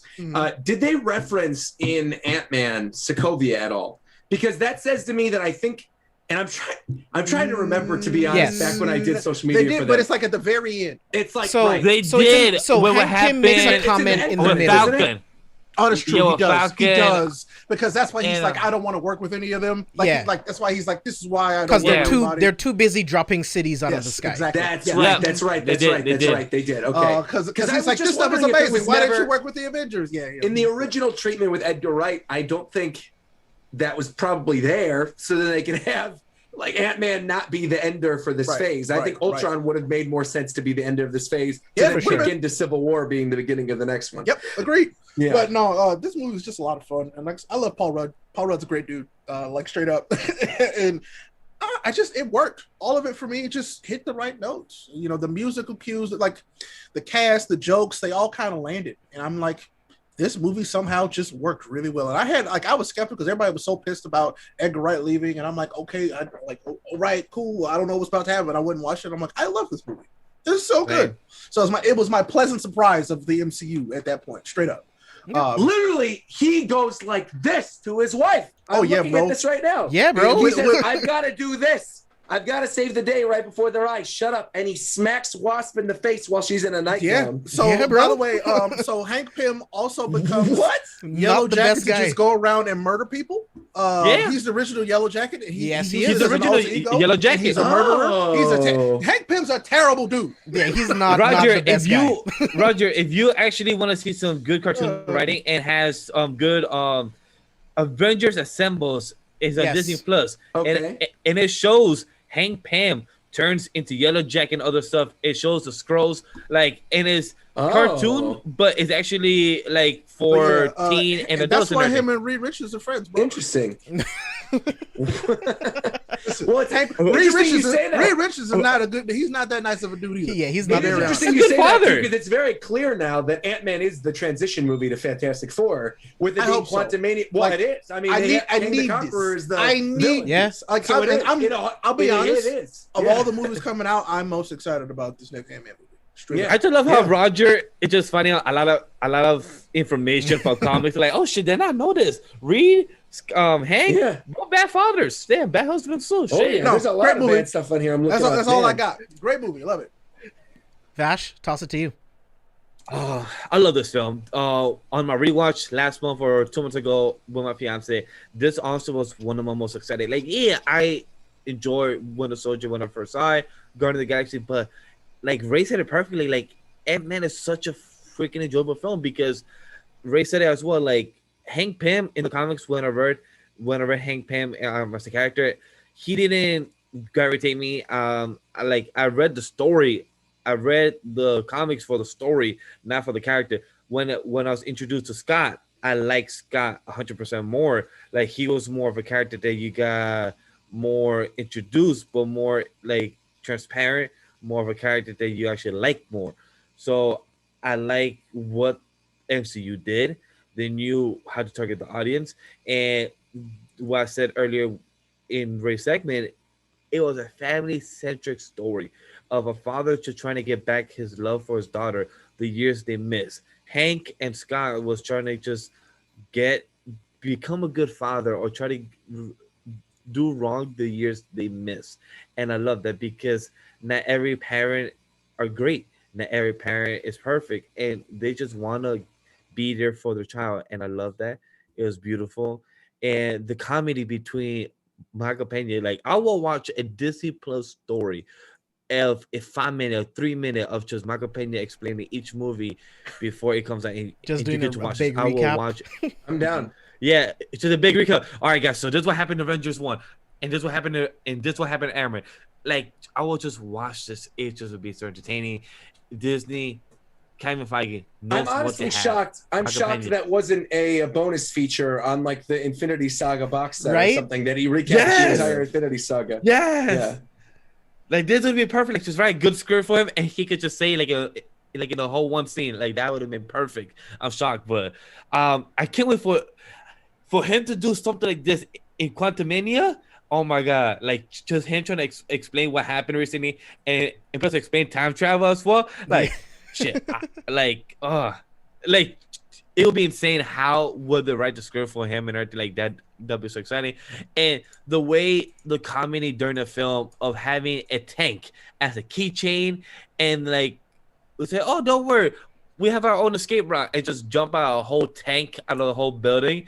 It was amazing. Like those small scenes and everything when Scott had to learn about the bugs. Like each of them has their own type of requirements. Like each of them has their own type of abilities. Like me myself, I hate bugs, but I was sad when our boy Anthony died. I was like, damn, Anthony, no! Antoine? When our boy Anthony Isn't it Antoine?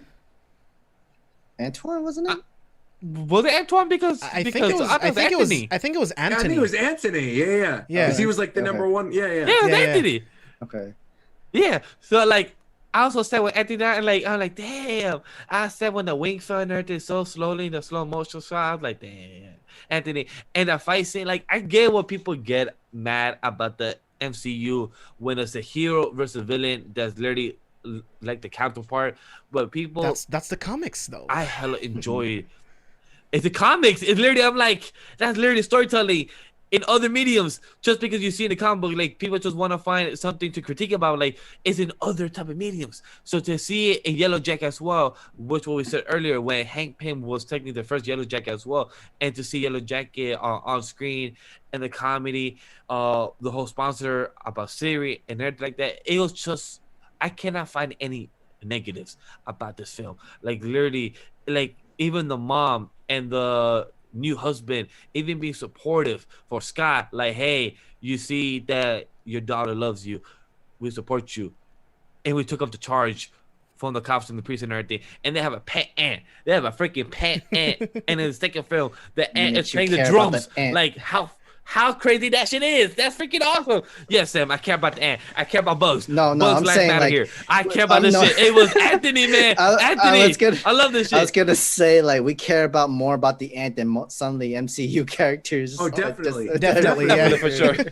I definitely would pick Anthony over Quicksilver every time. Oh, definitely. Damn, sure. Red. Yeah, no doubt about it. Oh, shots fired, bro. Definitely. But overall, I had a great time with this film, and I will rewatch anytime. Ant-Man the Wasp as well.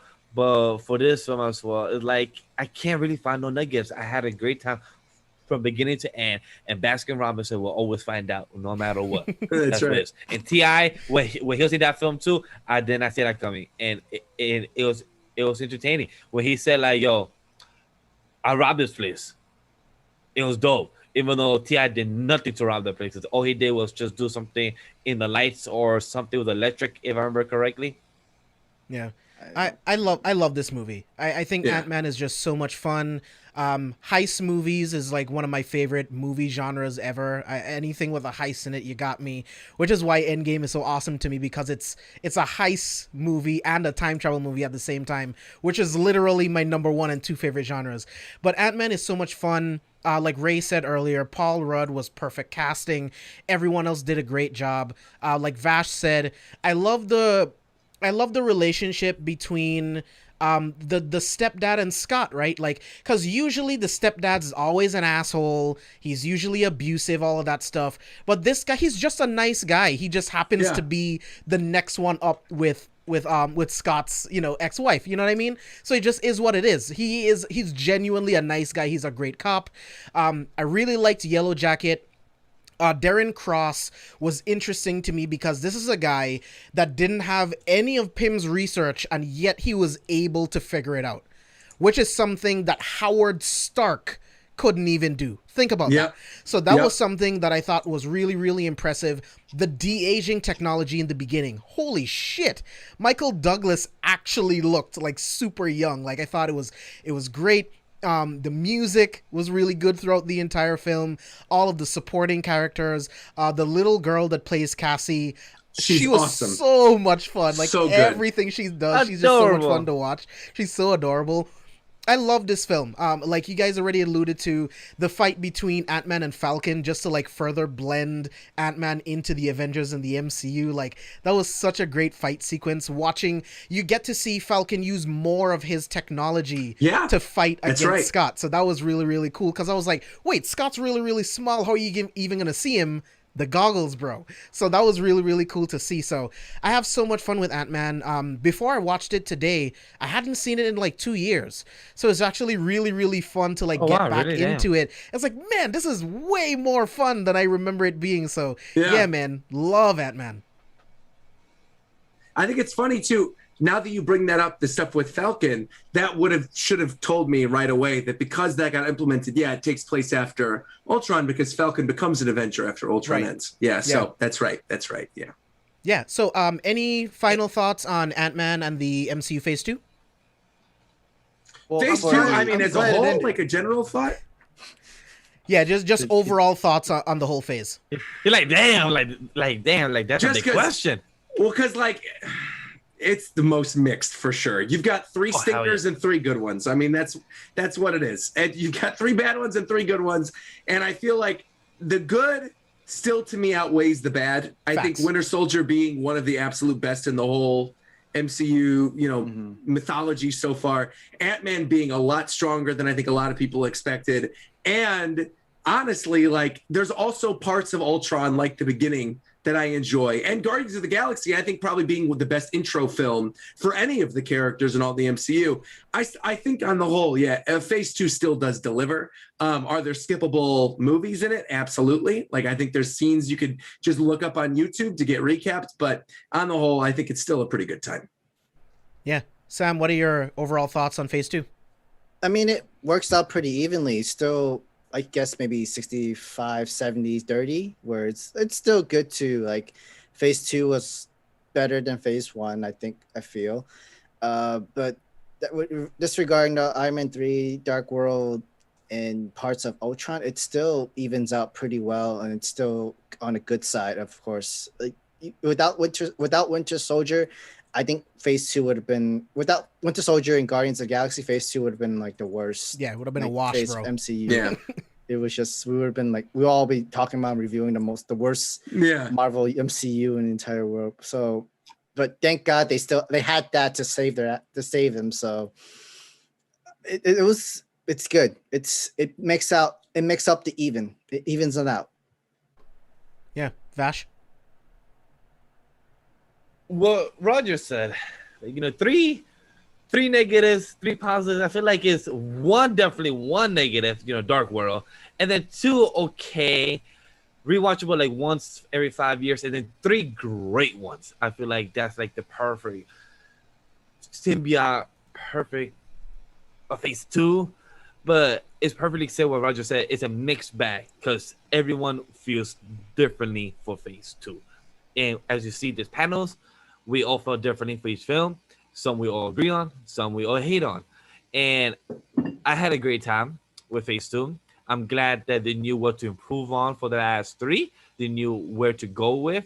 And I'm glad that they improve on and instead of continue going down, because who knows how Guardians, Winter Soldier, and Ant-Man, if those did not do well, the MCU would not exist to where it is today, because it would have flunked, perhaps. And I'm glad it didn't, because we got Endgame and we're getting more Disney Plus shows, Phase 5, Phase 6, and so on. So overall, Phase 2, for what it is, it continue the most special type of cinematic universe until this date in the movie entertainment industry for what it is. And I'm glad that it's continued going. Marvel continues hitting gold for what they have. They're sadly doing better than DC / CW / Warner Brothers / HBO Max, whatever parent company you want to put it as in that title, because there's like all different type of TV movie properties going on in different subdivisions. But overall, Phase 2, for what it is, I had a good time. Can't wait to talk about Phase 3 next week. Oh yeah. Ray? So Phase 2 was the teenage years of the MCU. They were literally learning what they wanted to be. I feel like with this second phase. I see that. They introduced themselves in the Phase 1. It was kind of like, we had this idea, and then Phase 2 was like, okay, no, so let's take that idea and try and make it better, but we want to set up things for later on. And so they were like, well, but we don't know how to set things up yet, and they hadn't figured it out. But this is where they like literally through trial and error figured it out. Yeah. And I feel like it worked out to our benefit, and I'm so glad that it did. But no, this was the glow up, or this was the start of the glow up for the MCU. This is when they started to really figure out how to run. After they had just learned how to walk. So yeah, I'm glad it happened, but I'm so glad it's over. Yeah, bro. Because it was rough. I'm not gonna lie, it was rough. But hey, we got where we are now, and I love it. I love all of it. So as a whole, hey, glad it happened. Yeah, I'll just echo what Ray said, because that's exactly how I feel. Like, I feel like Phase 2 is just the area where Kevin Feige and Marvel Studios just want to mess around and just see what else they can do with these characters, with these sequels, and introducing new characters and expanding the world. Sometimes it worked and sometimes it didn't. And it just is what it is. It's growing pains, right? Like, they have way more wins than losses. So it definitely worked out in their favor, because a lot of people don't. A lot of studios can't recover from that. I feel like that's where DC has issues. They just seem to make the same movies over and over, or if they try to change stuff, they change it too much, and then no one cares about it. So at least in MCU Phase 2, they looked at the things that worked and didn't work, and then Phase 3 and going into Phase 4, it's all been flames from here. So I am very, very grateful for the MCU as a whole, and for Phase 2 and what it did to set us up for the future of the MCU. So this was a lot of fun, guys. Like, we were able to cover all of these movies right here in this episode, and I appreciate every single one of you for being here on this episode with me. So Sam, I want to start with you. Where can the people find you online? You guys can always find me as Sam the Mega Man and all my social medias, but always follow Anime Lately channel, subscribe, like, all that stuff like that. Vash? You can find me here at C4 Spoilers every week, every Friday nights. Sometimes we do change days. You'll find out more up to date on the Twitter side and everything that James will put in information. But you can find me at Anime Lately channel, where you could see live reactions of anime, manga reviews, Shona Ronin, anime podcast, where we will have Roger coming back. Who knows? Probably by September, October. He's a very busy man. Probably so September. Eventually, we might have him like in 2022. Most likely, it just depends on his schedule and everything. You keep talking like that. Maybe it's gonna be 2023. No. No, that's too far now. Well, guys, I appreciate. Follow me everywhere at Legendary Vash and Anime Lately. Thank you guys for support and watching this episode, and continue listening us to the audio side as well, and rating us and supporting us in every way possible. Thank you very much. Yeah, King of Games. Well, hey, again, thank you so much for having me, because I wanted to be here for this, because like Phase 2 is that really interesting phase where it's like, it's not it's kind of even, like, where it's like, it wasn't all great, like y'all said before, but it wasn't all bad either, but there was a mixed bag that really truly did. It was like, well, like this could have made or break a lot of things, well, not just for the MCU, but for people who were watching these movies. People could have watched these and be like, I ain't watching no more of those, and some people probably did for sure, but it's like, hey, this is why I wanted to talk about this, because it's not all good. I mean, the phases after that, they mostly were bangers. So it's like, hey, that's why I want to talk about it, because it's interesting. I want to see how y'all felt about some of this stuff. So this was good to learn, and I'm glad we got to talk about it. But I'm Ray Apollo. You can find me everywhere as Ray Apollo. If you get the creepy clown, you've gone too far. Yeah, I'm just a clown that plays video games, bro. So no, appreciate it. Thanks for having me again. Yeah, bro. Roger? Yeah, you can always find me at RogersBase, YouTube, Twitter, Twitch, and Instagram. Same as Ray. I got that brand Unity. Maybe I'll be Anime Lately, September 2023. We'll see whenever the next podcast is. Oh, man. You come back after the blip? You got to come back after the blip. Damn it. It's been it's been that is true. Really you come back after the blip.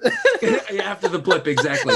No, I'm really glad I was on for the Phase 2 one, because initially I thought I was only going to be available during the Phase 3 week. But I'm actually glad that the Phase 2 one is the one that worked out, because it was a lot of fun sort of reminiscing over some of the stinkers and the really good ones, and seeing that mixed bag and seeing other people's reactions to it. I'm curious. I'm excited to actually tune in for the one that you're going to do for Phase 3, because I think there are going to be a lot of interesting discussions there. I think in my head, I like most of Phase 3. I think, because Phase 3's got some of my favorites. It's got Black Panther. It's got Infinity War. Hell yeah. I mean, those two alone, I feel like kind of make up the phase for me. Yeah. But I also remember the highs of Phase 2, like Ant-Man and Guardians and Winter Soldier, sort of being a lot higher than I felt like the general highs were for Phase 3. I think Black Panther and Infinity War were like so high up there for me, and the rest of it was all like like, oh, this is enjoyable. I'll rewatch it eventually. I'm one right day. there with you, bro. Like, not that I'm it's right there bad. with you. No, like, right. I don't right. think Doctor Strange is bad. I don't It's think just Ant-Man and the they Wasp did is bad. so well with Black Yes. Panther and Infinity And then- War. It's Yeah, just like, those whoa. two are so like it's like a different class, Mhm. including Endgame. Even I would say is included with that. I think I agree. Infinity War is like so much better. That's the one I keep going back to. I keep rewatching. That's the one that like James, you were quoting Winter Soldier earlier. That's the one that like I can quote off the top of my head everything. Infinity War. I love it. Oh, yeah. And Thanos did nothing wrong, to be honest. I feel whoa, like we're not doing this. That's a Thanos whole did different nothing episode. wrong. God, Nothing wrong. We're not doing this. But no, I love that man and Wasp. I feel like this pandemic and seeing other people's reactions to it has clarified for me that wiping out half the population might be a good thing. There's so many better things that we could do, but y'all want to do the boring, easy thing. Well, that's See, all other. see, It's the I most don't entertaining thing. Just wipe half. That's it. Just Call it a wipe, day. just snap. It's fine. Just snap. That's it. Just get And rid of then- half. And then from there, you found the good seeds and be like, all right, cool. That's right. We kept That's you. right. I think And we kept you. Thanos Well, you know screwed what? up I in a should couple not ways. kept you. Thanos, I understand he wanted it to be perfectly balanced and not have judgment. I get it. There should have been a little bit of judgment there. I think there. Had he thrown in a little bit of judgment, swayed a couple You did things, a I salt. think things would have been all right. You get a little salt there. It's fine. Bringing them back would also make people to appreciate life more. And Yeah, be better. unfortunately, I think Thanos is done now. I think after Endgame, Oh, yeah. not unfortunately. Oh, I think it was fine. The story's gotten played out, but I think No, bro, they erased him from the Eternals universe. probably isn't going to have. Well, yeah, but isn't he an Eternal or a Celestial or whatever? Isn't that the whole thing in the universe, comics? bro. So he go. if he got erased from the universe, then I don't think they're coming back with anything. He But ain't coming back for that. Yeah, bro. I think Nope. he's gone. Yeah. Yeah, for sure. he's gone. Yeah. Oh well, too bad. He was good. The Eternal movie, they could be like, "What about that?" They could be like, "Who?" Thanos, Who? Who's that purple guy? I don't know. Oh, He well. dead. he's gone. Oh, have his children like, who is your father? I don't know. He never existed. What? Right. Oh, Roger, did you already give all of your links? Oh and yeah, everything? RogersBase everywhere. Yeah. RogersBase, YouTube, Twitter, Twitch, Instagram. I do anime and video games. Yeah. Yeah. Again, thank you guys so much for being on this episode with me, chat. As always, thank you guys so much for being here with us. I had to get Roger on one of these episodes. I can't wait to have him back on future episodes. I said it in the beginning. When I say that Roger is legit one of the most like wholesome content creators that I've met in this space, Yes. I'm being so I honest, don't like you bro. already. Thanks. Because I'll be honest. Okay, Chopper. I've met other content creators with just as much subscribers, even more subscribers and followers, and sometimes they can get a big head. Like Roger is the coolest guy ever, and I love Yes. it. Seriously, man. That's very, I very love sweet. talking to you. Can't wait to have you back on this show. Can't wait to have you back on Anime Lately and see what else we do in the future, man. So yeah, for me, myself, everyone here on the show, we will see you guys on the next one. And pancakes and cheese. No.